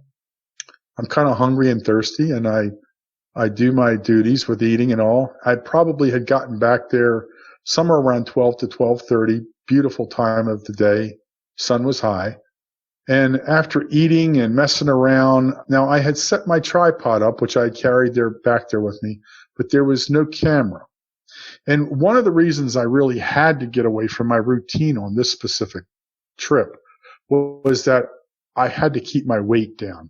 When I backpack, I don't backpack with one of those big railing backpacks that you see where there's a tent and everything in there. That's not the kind of remote camping I do. First of all, I never want to be inside of a tent out in the middle of the most beautiful forest in North America. So I want to be in a lean-to type of a thing where it keeps the sticks and the twigs and the ticks from falling on me. But I'm out in the open, and I sleep with my light sleeping bag, a mummy bag, or sometimes I'll just take some Indian blankets and lay under there at night on the sides of these mountains in complete darkness. And the only thing I have is my IR light on my head, or when I drink tea or coffee at night, my little burner in the ground. I use a little sterno for cooking with. So I was really remote camping so that I could not only get closer to them, but to gain their trust so they would get closer to me. Because then that zero lux portion of the morning at 4:30, 5 o'clock, 5:30, where my camera can shoot in those conditions, beautiful video and photo. Well, now I'm going to jump up out of this campsite and start hiking around my area. And wherever they enclosed in around me, I'm going to get some video moving away from me. And that was my whole theory about my remote camping, is lure them in closer. And then in the morning, I'm a little more aggressive, and I go out with the camera, and I'm trying to catch between trees or walk up the mountainside a little faster or do. And I was successful in some cases. This was what I was going to do, basically. Surprise them the next day. But I was limited. I had 4 rechargeable battery packs that were charged to the fullest that were going to net me at best 4.5 to 5 hours of continuous runtime. So I had to pick and choose my battles. Normally in my campsite at Mount Hood where I would work, I would have click the audio recorder on immediately when I got out of the truck, as soon as I got to the campsite, because you just would not believe how many screams or hoots or howls or moans would occur while you were getting your camera set up. So the first thing that would be on would be my audio recorder. The second thing would be a small little camera, an old flip video that I had, another one, and I would set it up on a small Vivitar tripod, a very small tripod, and sit it under my truck looking out toward the back of the mountain trail where I would hike and go up the mountain caps. That was a routine. That happened immediately. That could not happen here because I had limited time I was going to be able to record. And I only had one voice recorder. And because this specific recorder was a Sony, and it was it was the worst piece of electronic I've ever. If you want to do any type of wildlife research and you want a voice recorder, folks, or if you're in ghost research or whatever you're doing, which do not buy the Sonys because of their name. It was horrible. It was horrible. I literally had to depend on only the hard drive. I had to take the chips out of it because for some reason when it recorded on a chip, between the microphone and the activity that was going on, it had this constant hum. And I thought it was chips. I would change chips and buy the most expensive quality class 10 chips, and it would have this annoying hum in it. Horrible. So I could only record on the hard drive. And the hard drive would only record, I think, for 40 some hours. So if I'm going to be there for 3 days and 2 nights, again, I'm to a point where I really have to be a little careful because I want to get the good stuff. So the routine was out the window. I've eaten my dinner, my lunch, whatever you want to call it. I was starving and I was thirsty when I got there. My chubby little butt was just hustling it over those rocks and deadfall, and I had, limbs poking up my butt, and it was just a mess getting over that fallout. So I was ready to eat, and I ate, and I guess it had progressed a couple of hours, and I was sitting up in my little nestled area, and I was just enjoying this incredible view because I'm looking down the face of a ridge, which is basically dirt and rock, for about 800 to 1,000 feet, and then there's like a ledge that drops off, and it goes into the forest, basically again below you, which would have been painful to slide off of this ridge after you have cut yourself and banged yourself with the dirt and rock to fall over that ledge and then start thumping off of trees down into the creek bed, which like looking down, that's all you see is this ridge line, this dirt ridge line, and the thicket trees down below you. And the Kallawash River eventually would be past those trees. That's what this creek fed into. And oddly enough, which is going to be kind of comical, this creek was called Ogre Creek.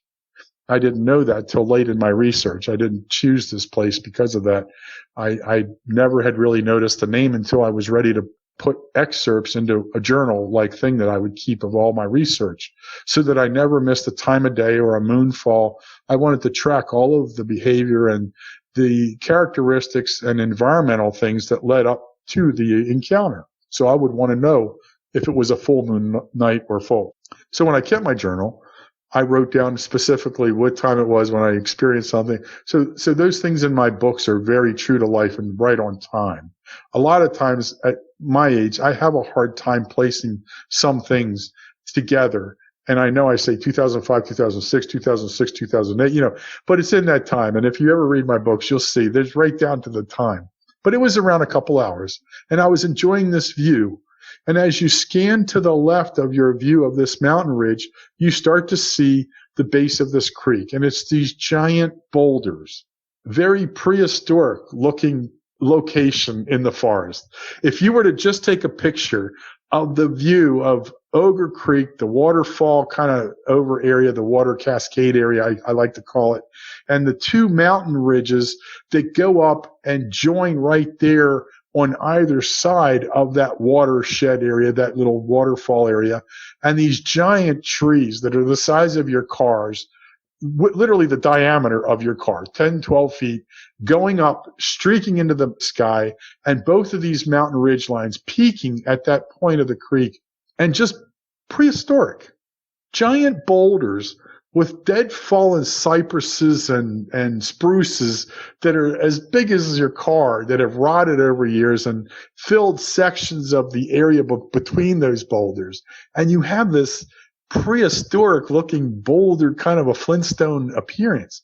And I'm sitting on the ridge off to this area, being able to view up into there. My tripod is set up, and it's about 5 feet from my campsite on the other side of this little, like a ditch wash where a creek rode through. I was right by a creek, so I could get fresh water whenever I needed it. And I like to wash my pots and keep everything clean. And I had my shoes off. It's really comical because somebody pointed this out. This is so funny. I've gotten so popular from Vic Cundiff and his shows because my Bigfoot Eyewitness report it's gone bonkers, and people have had such a great response to it. And I now have all these friends and people that are following me on YouTube. Again, it's called the Forest Roamers. It's actually called Forest Roamers, not the Forest Roamers. But it's a play on words, people. And people are starting to figure it out that I'm the forest roamer, but the play on words is that I go after things that roam the forest. Well, in one of the videos, I show that it says the campsite at Ogre Creek because I made a video just for the people that listen to the Bigfoot Eyewitness Radio accounts. And I wanted to show them some pictures. If they had done some good picture making in their head, they could look at these and go, oh, there's the creek leading back along French Creek where he found the skull of the elk. And that's where he saw the one running through the creek. And, oh, there's the mountainside. And there's this, oh, yeah. Well, one person wrote to me and said, hey, I saw that thing in Ogre Creek where you had your hunting knife stuck in the ground, but your shoes were off. And I says, yes, I know. I says, and I had to write back and tell him what that was all about. When I'm done hiking, I take my hiking shoes off and I put them there in my little lean-to area, my little tarp area. And I put these little shoes on that have rubber soles that can grab really good in creeks and stuff if you want to walk. And they're kind of a mesh on top, and they're comfortable, and they let your feet relax and cool off. And that's what I had on when I did this encounter. This encounter occurred that I'm going to tell you about. So it was really comical that people were looking at the pictures so much that they wanted to see everything that was in it. Oh, there's this hunting knife that he said he stuck in the ground. Yeah. Okay. Oh, wait a minute. He's got no shoes on. Here's his shoes over here. So anyway, I'm done with dinner. It's been a couple of hours. I'm just looking at this incredible view. And I decided to go down to this little creek wash and wash the pan that I made my beef stew in. I heated my beef stew up in. And I have the same kind of camping utensils as anybody else. It's the clamshell 2-piece unit. It has the little cup and the little pot and the 2-piece plates. And And I carry that with me, and it's easy to use and easy to pack away.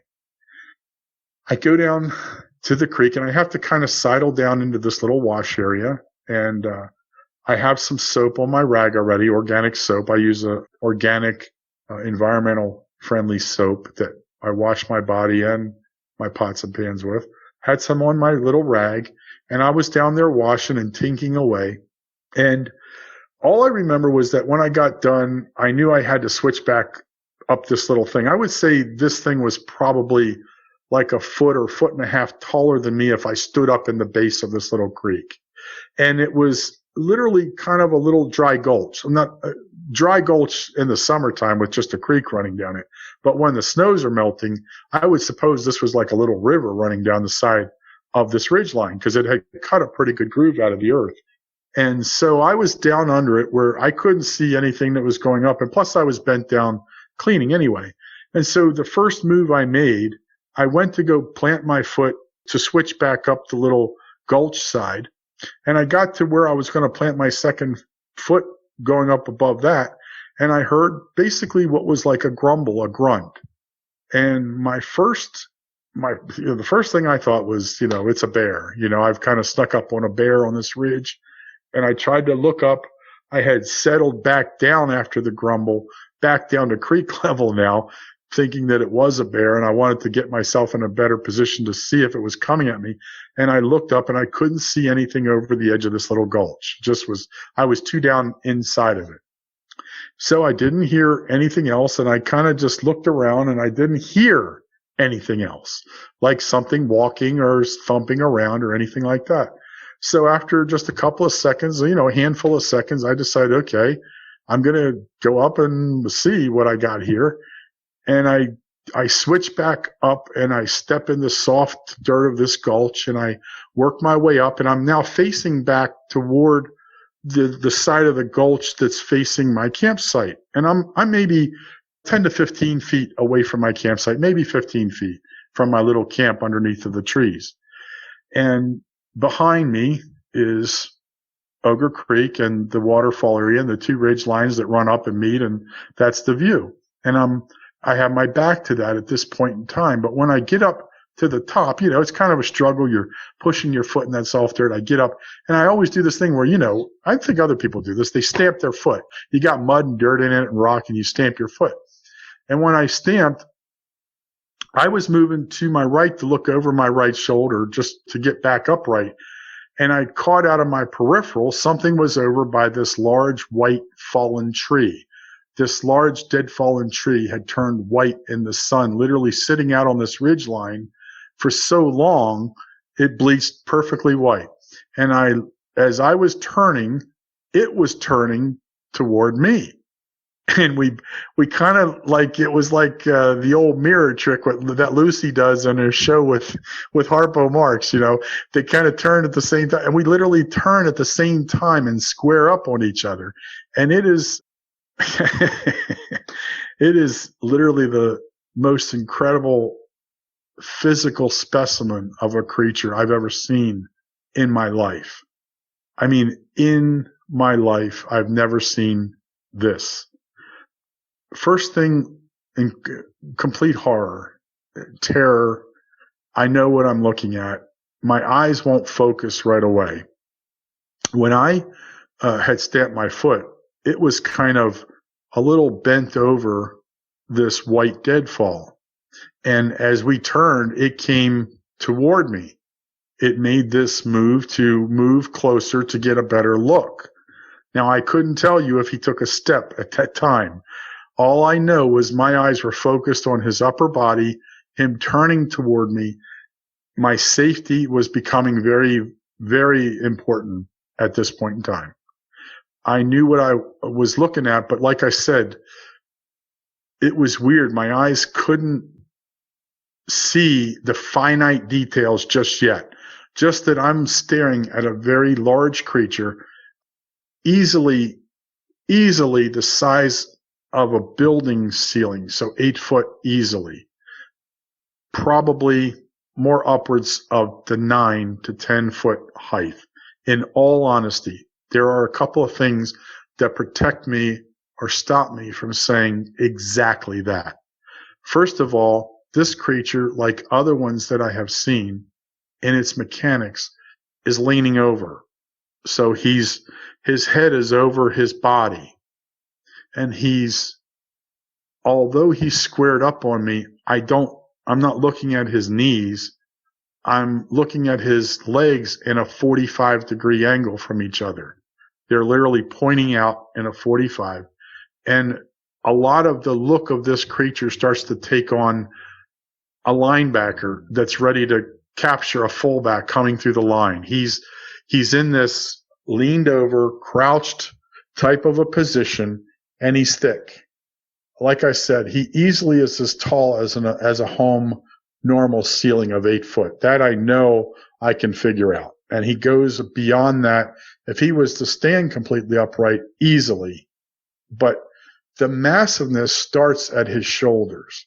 He's 3.5 to 4 feet across. If I'm 5 foot tall, he's that. He's thick and he's big. But the difference between this creature and everything I had seen in my other encounters and told you about, and in fact, these encounters are listed in more or less a very rudimentary chronological order of how I experienced them and tried to tell the people on the show. This was not my first encounter. This was my full Monty. This was something that Uncle Frank would talk your ear off about wanting. See, this is what I asked for. I'm tired of the head bobs and the little Christmas tree freaky ornaments looking through pine trees and the shadows and the bobbing and the weaving. Come on, I want to, and this is what I had asked for. And the desperation that had set in those last 3 years of my research and pushing me into this point where now I had pierced a sensitive area and I got the full Monty, but I got it with one of what I believe is the Sentinels. And this dude is clearly a Sentinel because he's not built or cut or looks like any of the other creatures that I've ever seen.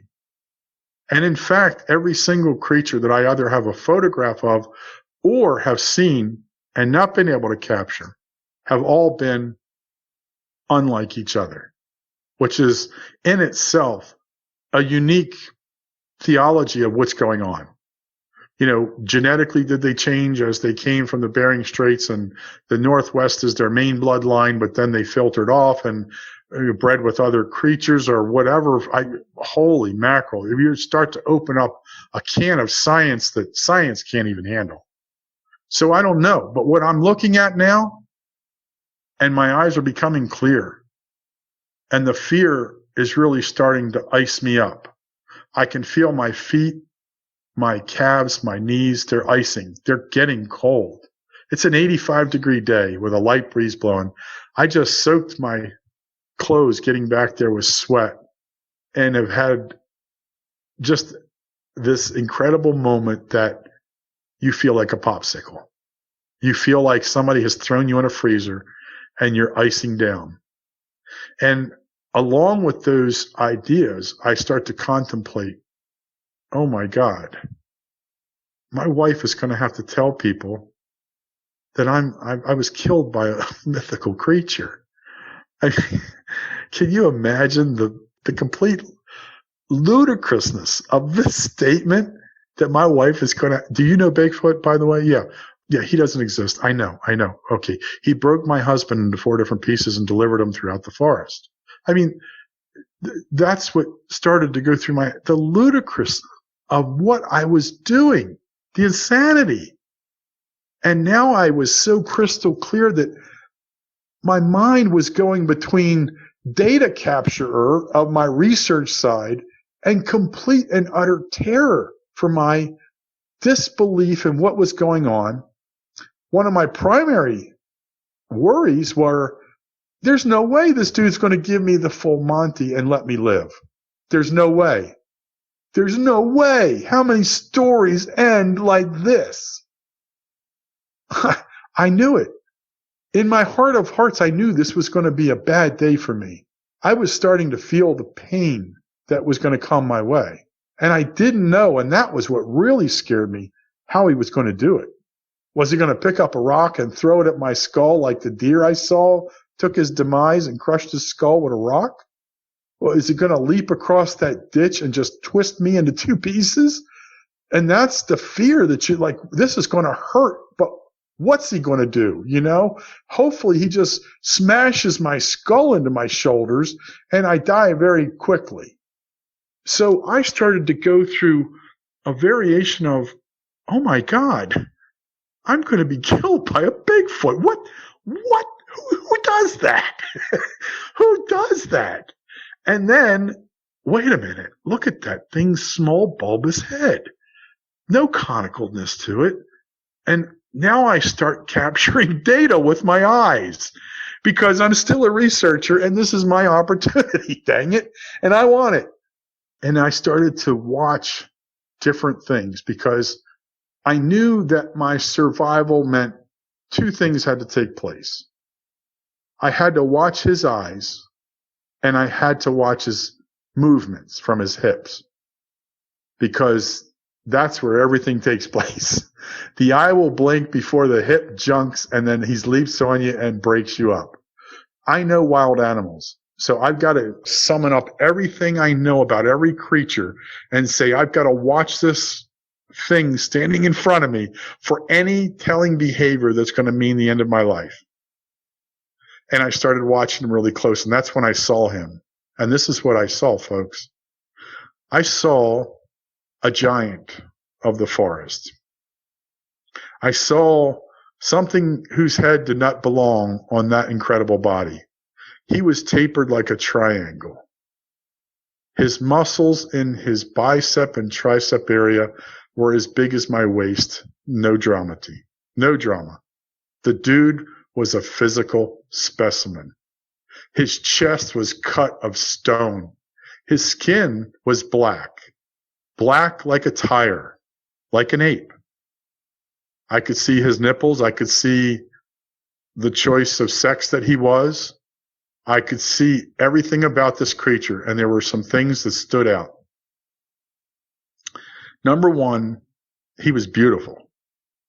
He was beautiful. He had black skin and a mixture of a peppering, almost a brindling of light brown, brown, dark brown, some black, and even a gray streak here and there. He was a beautiful creature. Beautiful. In the sun. I mean, he was gorgeous. He wasn't dirty and scraggly like the Tillamook ones. Shaggy, no. He had a limited tight hair on his body. His face, I remember, took up a large portion of his skull. He had a big mouth that went across his face, a big nose that was splayed down like a gorilla's almost, but still more human. And this is what I'm getting to. The eyes were large almonds, and there was no whites available to me. In fact, more dark brown and black were to the point where they were dilated. And this is some of the things I was watching was the eyes and his movement. His movement at this point, like I said, squared up on me like a middle linebacker ready to tackle you. He was heaving in and out. And I could see that from his stomach. He was breathing in and out very heavily. His eyes were dilated to almost a black. No pupil available to me whatsoever. And a beautiful creature that had hair that came down to his protruding eye mandible, that part that's normally there on more like caveman type things, because that's what I'm getting to. I'm not looking at a gorilla, folks. I don't see a gorilla. I don't see a Wookiee creature like the one in the Umatilla. I don't see the chimpanzee one like the one in North Carolina. I don't see a skunk ape like the ones I've seen rustling around in the high grass or smelly. No smell is affiliated with this creature. This was a beautiful creature. If he ate something dead and it went down the front of him, he took a bath recently. He was beautiful. He literally was a beautiful creature to admire. And muscles cut that would have donned any weightlifter with the most greatest amount of respect. This dude was cut like he lifted weights. But the things that popped out was that head and that face, that protruding brow, and that caveman-like look I was looking at him and he was looking at me, and we were mesmerized by each other. We were completely stunned, like two individuals that were millions of years away from each other, staring at each other.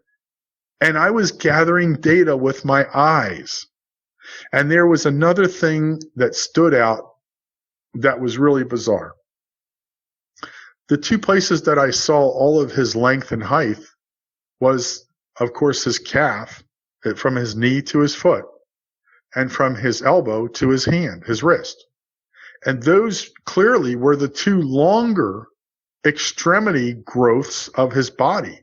It was dramatic, where from his shoulder to his elbow was clearly nowhere as long as that second section of arm. The hands were like he was wearing baseball mitts, but they were turned inward, and I couldn't see the palms, but I could see the knuckles. And I could see the size of his fingers like big sausages, but they were black skin and they had the ape-like crinkles on the knuckles. I could see that. I told you I could see his manhood and what sex he was. I couldn't see specifically, but you could see it was a male instead of a female. There were no breasts. His breasts were muscle, like a man who had lifted weights. He was clearly a male.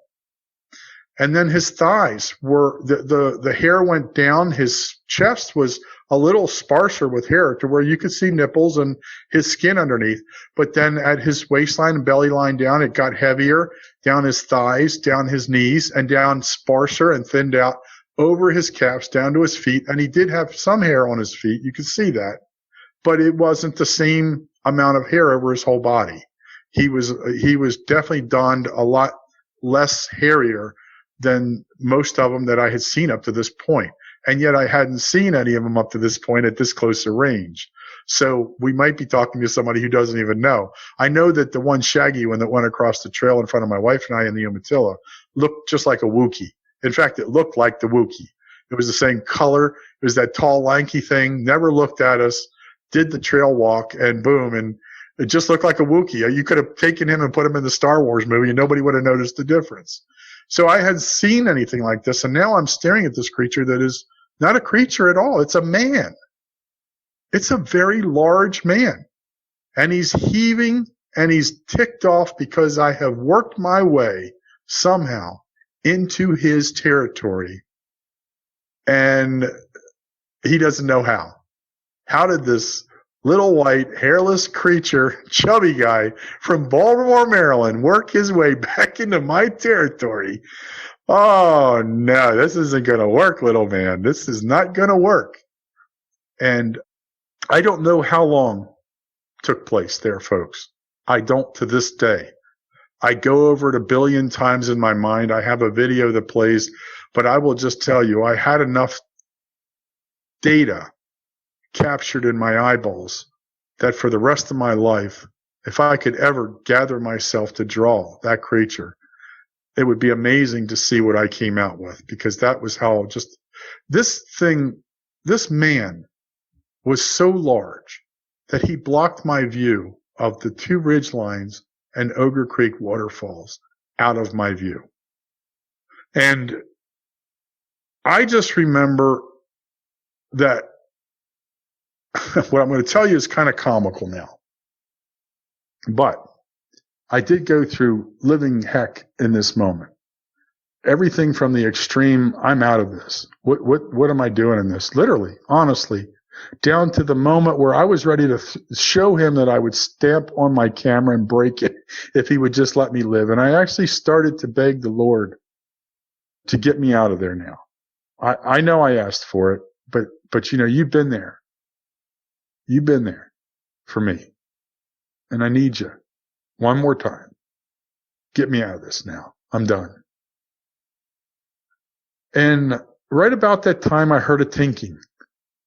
And the tinking was a lot like when you hike with people and they have their water bottles, their aluminum water bottles on the side, and they're empty, they're waiting to get to their next place, and they tink, you know. So the first thing I thought was, I've been here so long that my wife is worried and she has sent rescuers out to me, or there's some people that just happen to be hiking on the same dangerous ridgeline at the same time as me. And I swear to God, I think I thought it because I wanted to think it.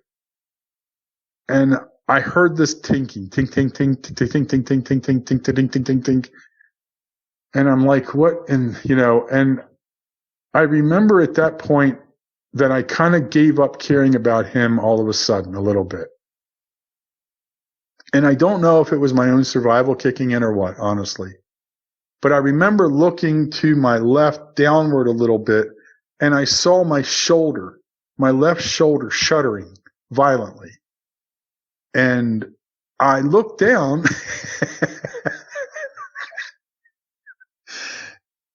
I laugh here because it's all you can do.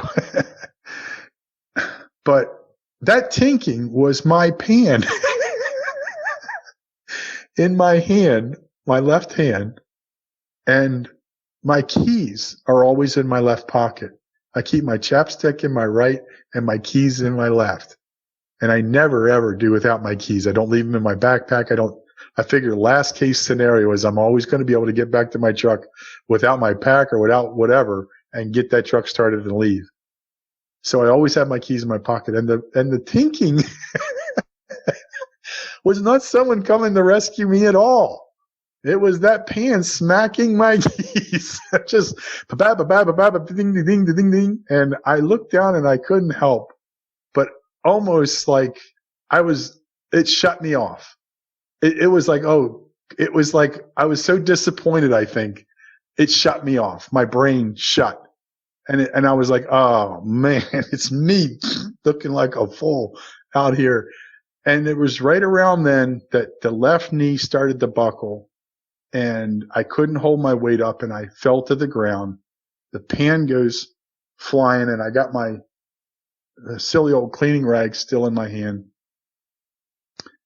And I decide to release my lunch. Basically, I can't hold it. My nerves have hit a point, and the shock and the fevered feeling of coldness, and then sweats, and then I'm going to die, and then my poor wife. I'm seeing my wife and my little puppy going through my head, and it was a roller coaster.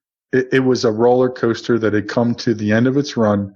And my body had no more power to in any way subside that type of behavior. And I gave out and fell over. And I puked a couple of times. I remember at this point in time that I had literally given up concern and was not looking at him at all. I had fell backwards, facing more toward where I come in and my camp, but even a little more backwards to where I fell backwards. My knee gave out and I went that way.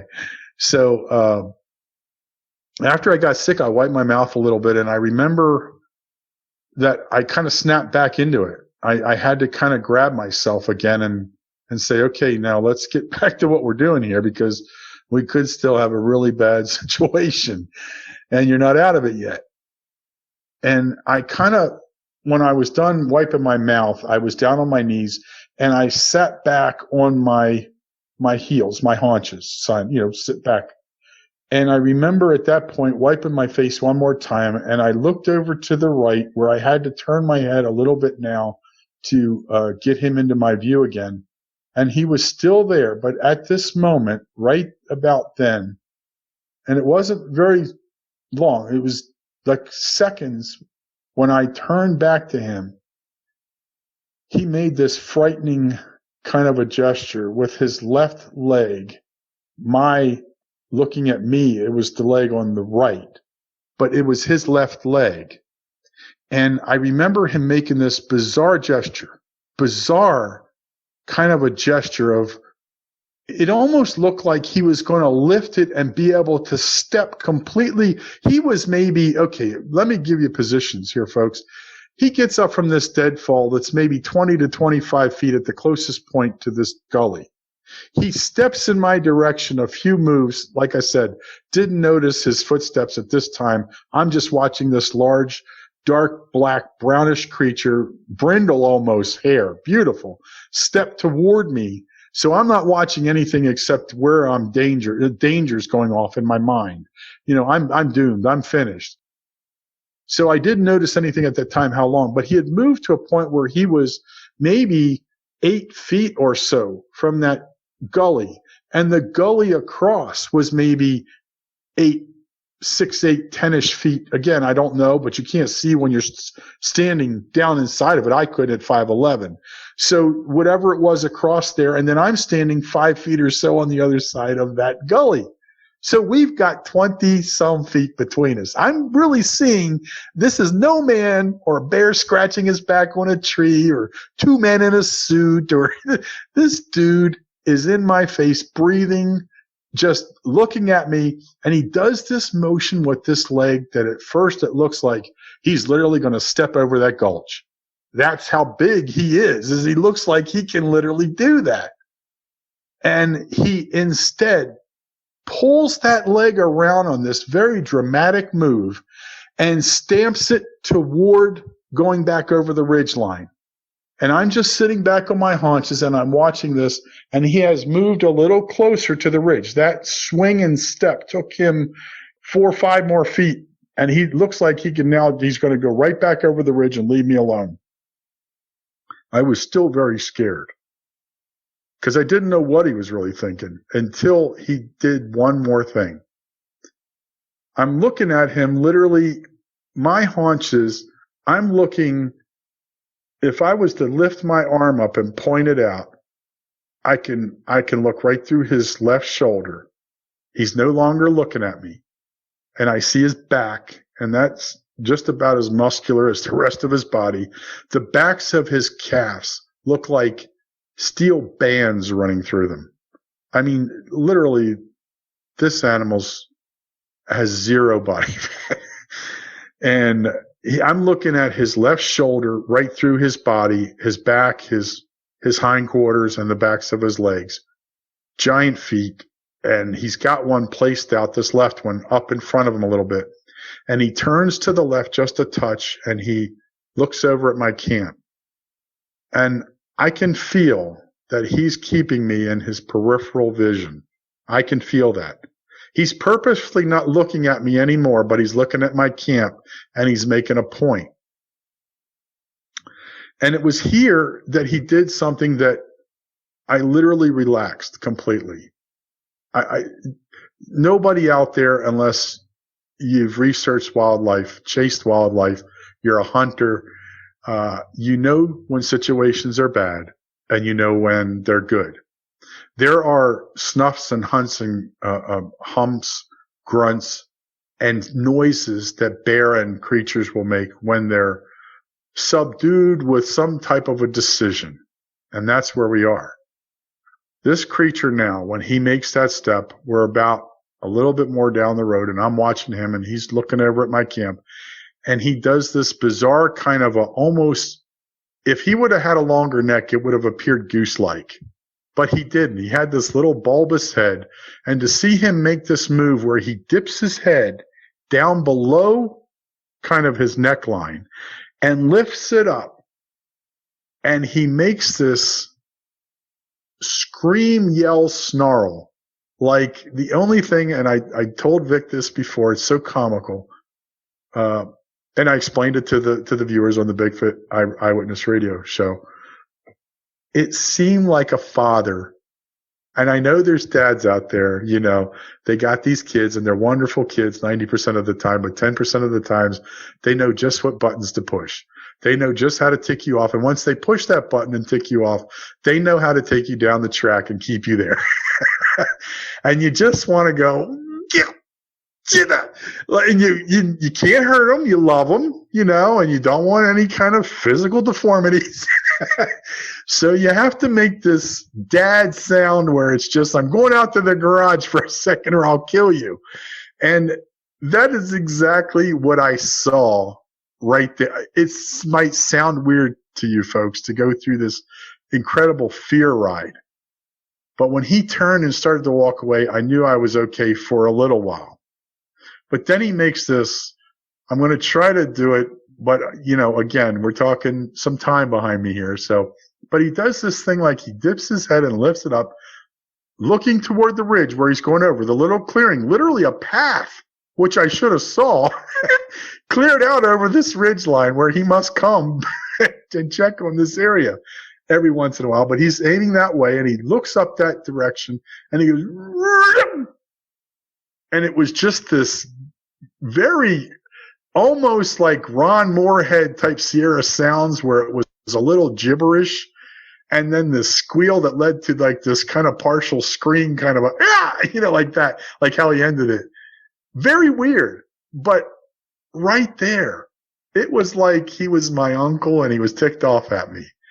And it didn't take but about a second or so after that, and he took that right leg and swung it up to the ridge line and then leaped over, feet first, and leaped over that ridge line, and you could hear him snapping and crackling and crunching back in there for a good few minutes. He was making some noise to let me know.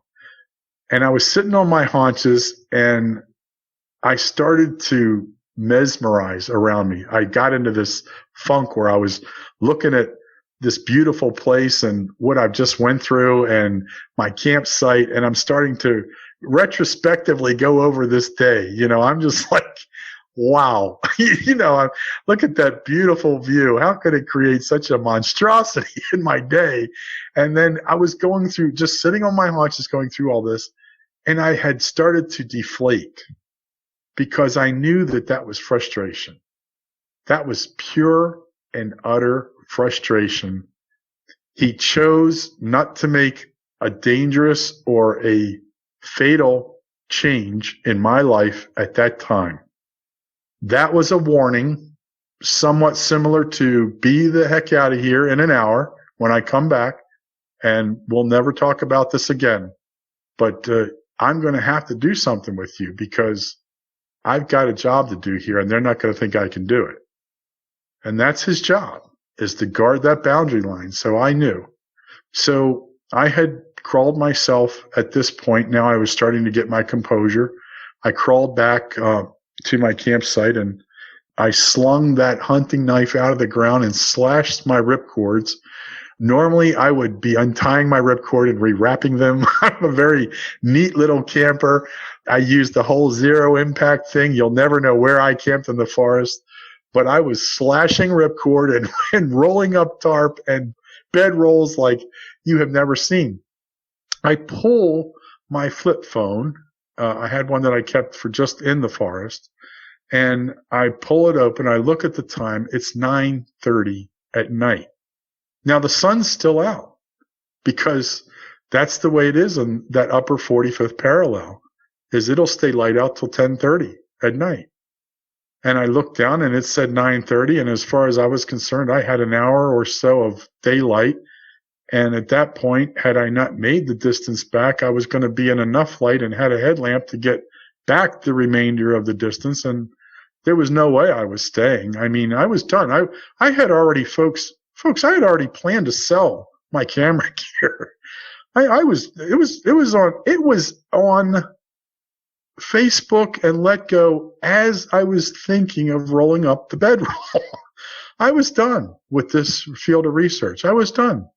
I had never run into an aggressive one, and I never want to again. And the long and short of it is, I don't want to bore you with the whole story. Please listen to all of my accounts on the Bigfoot Eyewitness Radio program.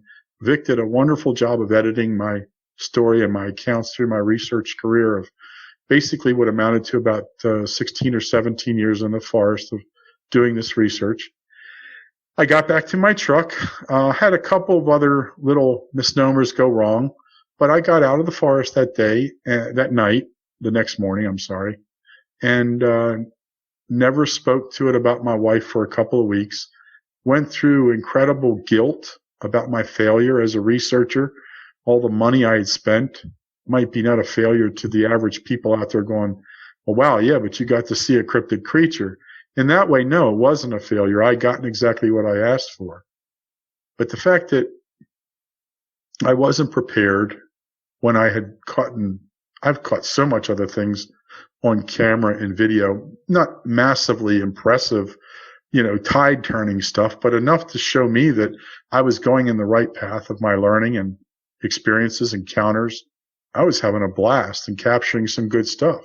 I still think you can really see the Bigfoot that I took a picture of in North Carolina, the female, quite clearly and understand what's there. From what I had to work with, it's amazing that I ended up with that product at all. But I do allow people to come in and watch my research by photos on Facebook if you want to friend me. I'm Frank Digger Sobczak, and I think Vic will put that on there for you. And if you want to watch some of the videos that will put illustrations with where I've been and some of my research and show you what I've captured, then you can go to Forest Roamers. And that's what I do now. I'm pretty much retired, and it did scare me out of the forest. From 2013 to 2018, folks, the only thing I did in the forest was ride with my four-wheel drive buddies. And I wouldn't go near too far from my truck. I camped in the middle of all my buddies. I'm sure they never noticed that I always made sure that my truck was in the middle of all the other trucks. They'll probably be listening to this one day and go, yeah, you know what? That's right. He was always the middle truck. That's right. I always wanted people around me that were, the first foods of choice. And then I could be the latter portion and give me a chance to get away. But no, honestly, all kidding aside, lost all of my comfort. Couldn't have ever imagined going deep off trail again and doing what I had done in Oregon and Washington, Alberta, Canada, Colorado, Montana, the swamps of Florida, the swamps of Louisiana, the forests of the Poconos. I had been all over the country and done work with some groups and a lot of individual independent work. And there was not going to be any of that anymore. I was not going to feel comfortable. And I didn't know how I was going to rebuild myself, but I knew it was imperative, because the original reason, if you remember, that I went into the forest at all was for my sanctity and my sanity. It really was. It builds you in ways and clears your mind. You just don't get it nowhere else. But I had driven it to an obsession and overused the good portion of the forest and made it a job and put myself in a very bad position. I don't recommend that anyone tries to do that hike back along that ridge line to Ogre Creek by themselves. But I had nobody else. I was desperate for data. I wanted something that was spellbinding. I knew if I took my time and I was really safe that I could do it. I didn't know what was going to happen, and I wasn't planned for what happened. And so I felt like a failure. I wasn't prepared. I've only got one humongous story to tell about it and about how I wasn't prepared. And that's embarrassing. 16, 17 years of field work at that point. I apologize. Yeah, it's like it's down the tubes. You have a budget every year for vehicles and four-wheel drive units and bigger tires and cameras and batteries and food for the Sasquatch and clothes for you and camo and hats and camera gear and different camera gear and different sensors and different game cams. And you're convincing your family you're getting closer and closer. They're seeing your data. And here's the opportunity that you asked for. And you fail. You didn't record it. That's failure in research. Nobody has to tell me no or yes. I know that. So I got scared out. And it was about late 2018. I was in the Alexander Springs area of Florida in the Ocala National Forest, and I was doing some scouting for truck runs for us, because I had time off, and I was back in real estate, but I still had days and times off that I would have times I just wanted to get away and drive. So I would go out in the forest and look for cool trails to ride with the guys so we could go get ourselves in some good trouble. You always want to get stuck and have guys get you out and stuff. That's all cool, in the four-wheel drive world. So I was out scouting with a friend, and we were coming out of Alexander Springs, and man, a scream went off back in the Alexander Springs River area that it was like it relightened me. And it didn't like I wasn't ready to jump out of the truck, run through the forest, with my cat. It wasn't like that kind of a rebirth. It was like, ooh, I remember that. And it was a little later on, month or two or whenever, and I decided to go out there and record some stuff in the swamps. And I got an EVP from a paranormal event, I guess, because I find out, again, through the 411 books, I'm learning so much stuff. There was a couple of people that had taken their demise, been murdered in the forest down in the area where I was. Now, maybe not right there, but I evidently picked up something bizarre. So that brought me into, now I had seen Bigfoot, researched different things. I've got this odd wolf-like creature that has shown up in my past, and there's aerial phenomenon going on. So I get the idea to start the Forest Roamers channel and tell my wife that now I don't have to sit out there and be bored with Bigfoot activity when it drops off, because it does. There'll be times when it's so active, things are going off. And then you just come out in the forest, and the next 7, 8, 9, 10 times, multiple days, staying out there, listening to all hours of the night, not hearing nothing, nowhere, not seeing nothing, and just dropping off. So it gets boring. If you don't like taking photos of flowers and mountainsides, watching aerial phenomenon, you're going to be bored in Bigfooting. And I decided to start the Forest Roamers, which is basically something that looks at all cryptid creatures. And we're going after all of the mysteries of the forest as much as and long as I can. Like I said, I'm not a young man, and I try to entice people to come out with me to help me do some of the hiking and all. But it's very hard, and this is a tough time in America. People just don't have the time to play around like this. And it is playing when you have to do other things that are more important. But I do that. The Forest Roamers is about all of the oddities in the forest. Not only the missing persons and Bigfoot and sounds that you don't understand, or paranormal events, or orbs, or aerial phenomenon that you'll see on my Facebook site. Just Halloween night, my wife and I shot the most bizarre thing in the sky, like a red tent floating in the sky. And I've had people write in, if you become a friend of mine on Facebook and look at what people have written, one person said, I saw that in Kentucky like 6 to 8 months ago. Another lady wrote in and said, I saw that in Arizona last year. So like there's something, people are coming forward. We're all sharing our information. And I figured I'd create this channel that would allow people to see all of the weird stuff I've encountered. So yeah, I'm having fun with it again. I'm starting to go again into the deeper portions. I don't know that it's ever going to be that nighttime stay on the side of a mountain by myself with no lights. That has there's a lot of creepy crawly things out there now that would bother me to have at the disadvantage of the night. So I do hike deep now again with my dog, and just recently for a few days, my wife and I were down in the Hollows Creek that feeds the lower part of the hollow and the deep ravine, and we were looking for footprints and stuff and rooting around for a couple of days. So I'm doing that again. But again, I was made sure to have me and my family back at the truck before nightfall. We were eating our food and setting our camp up there. My dog is tied up to the truck, whether she likes it or not. She's 1 year old, not even a year old, and I'm going to protect her. And we did our camping that way. I was armed. My wife wears bear spray. So it's not the same comfort that I experienced before and had the luxury of almost at times taking for granted or overlooking some of the comfort that I was in the forest, to the point where I actually knew my research areas as well as those creatures knew it. I knew what rock was unturned or moved out of place, or skull hiding over behind the tree that was never there, or a rib bone, or I knew the forest where I researched in my areas very heavily in the Tillamook and Mount Hood National Forest. I knew those areas like my living room. But I will never do that again. That comfort will never come back to me after that encounter, just because you just wouldn't want to be in the wrong place in the forest at the wrong time, as far as I'm concerned, and have an aggressive Bigfoot. Or now that I'm getting into more knowledge about the Dogman and his range, I'm in his range now too. And honestly, not a more scary idea would cross my mind than to come across a Dogman werewolf-like creature in the dark at night. Honestly, I think probably you would be able to see me in the Medical Museum of Arts because it would be the first man that ever turned inside out from his butt to his head and have a problem with that. So yeah, that's where my time has gone.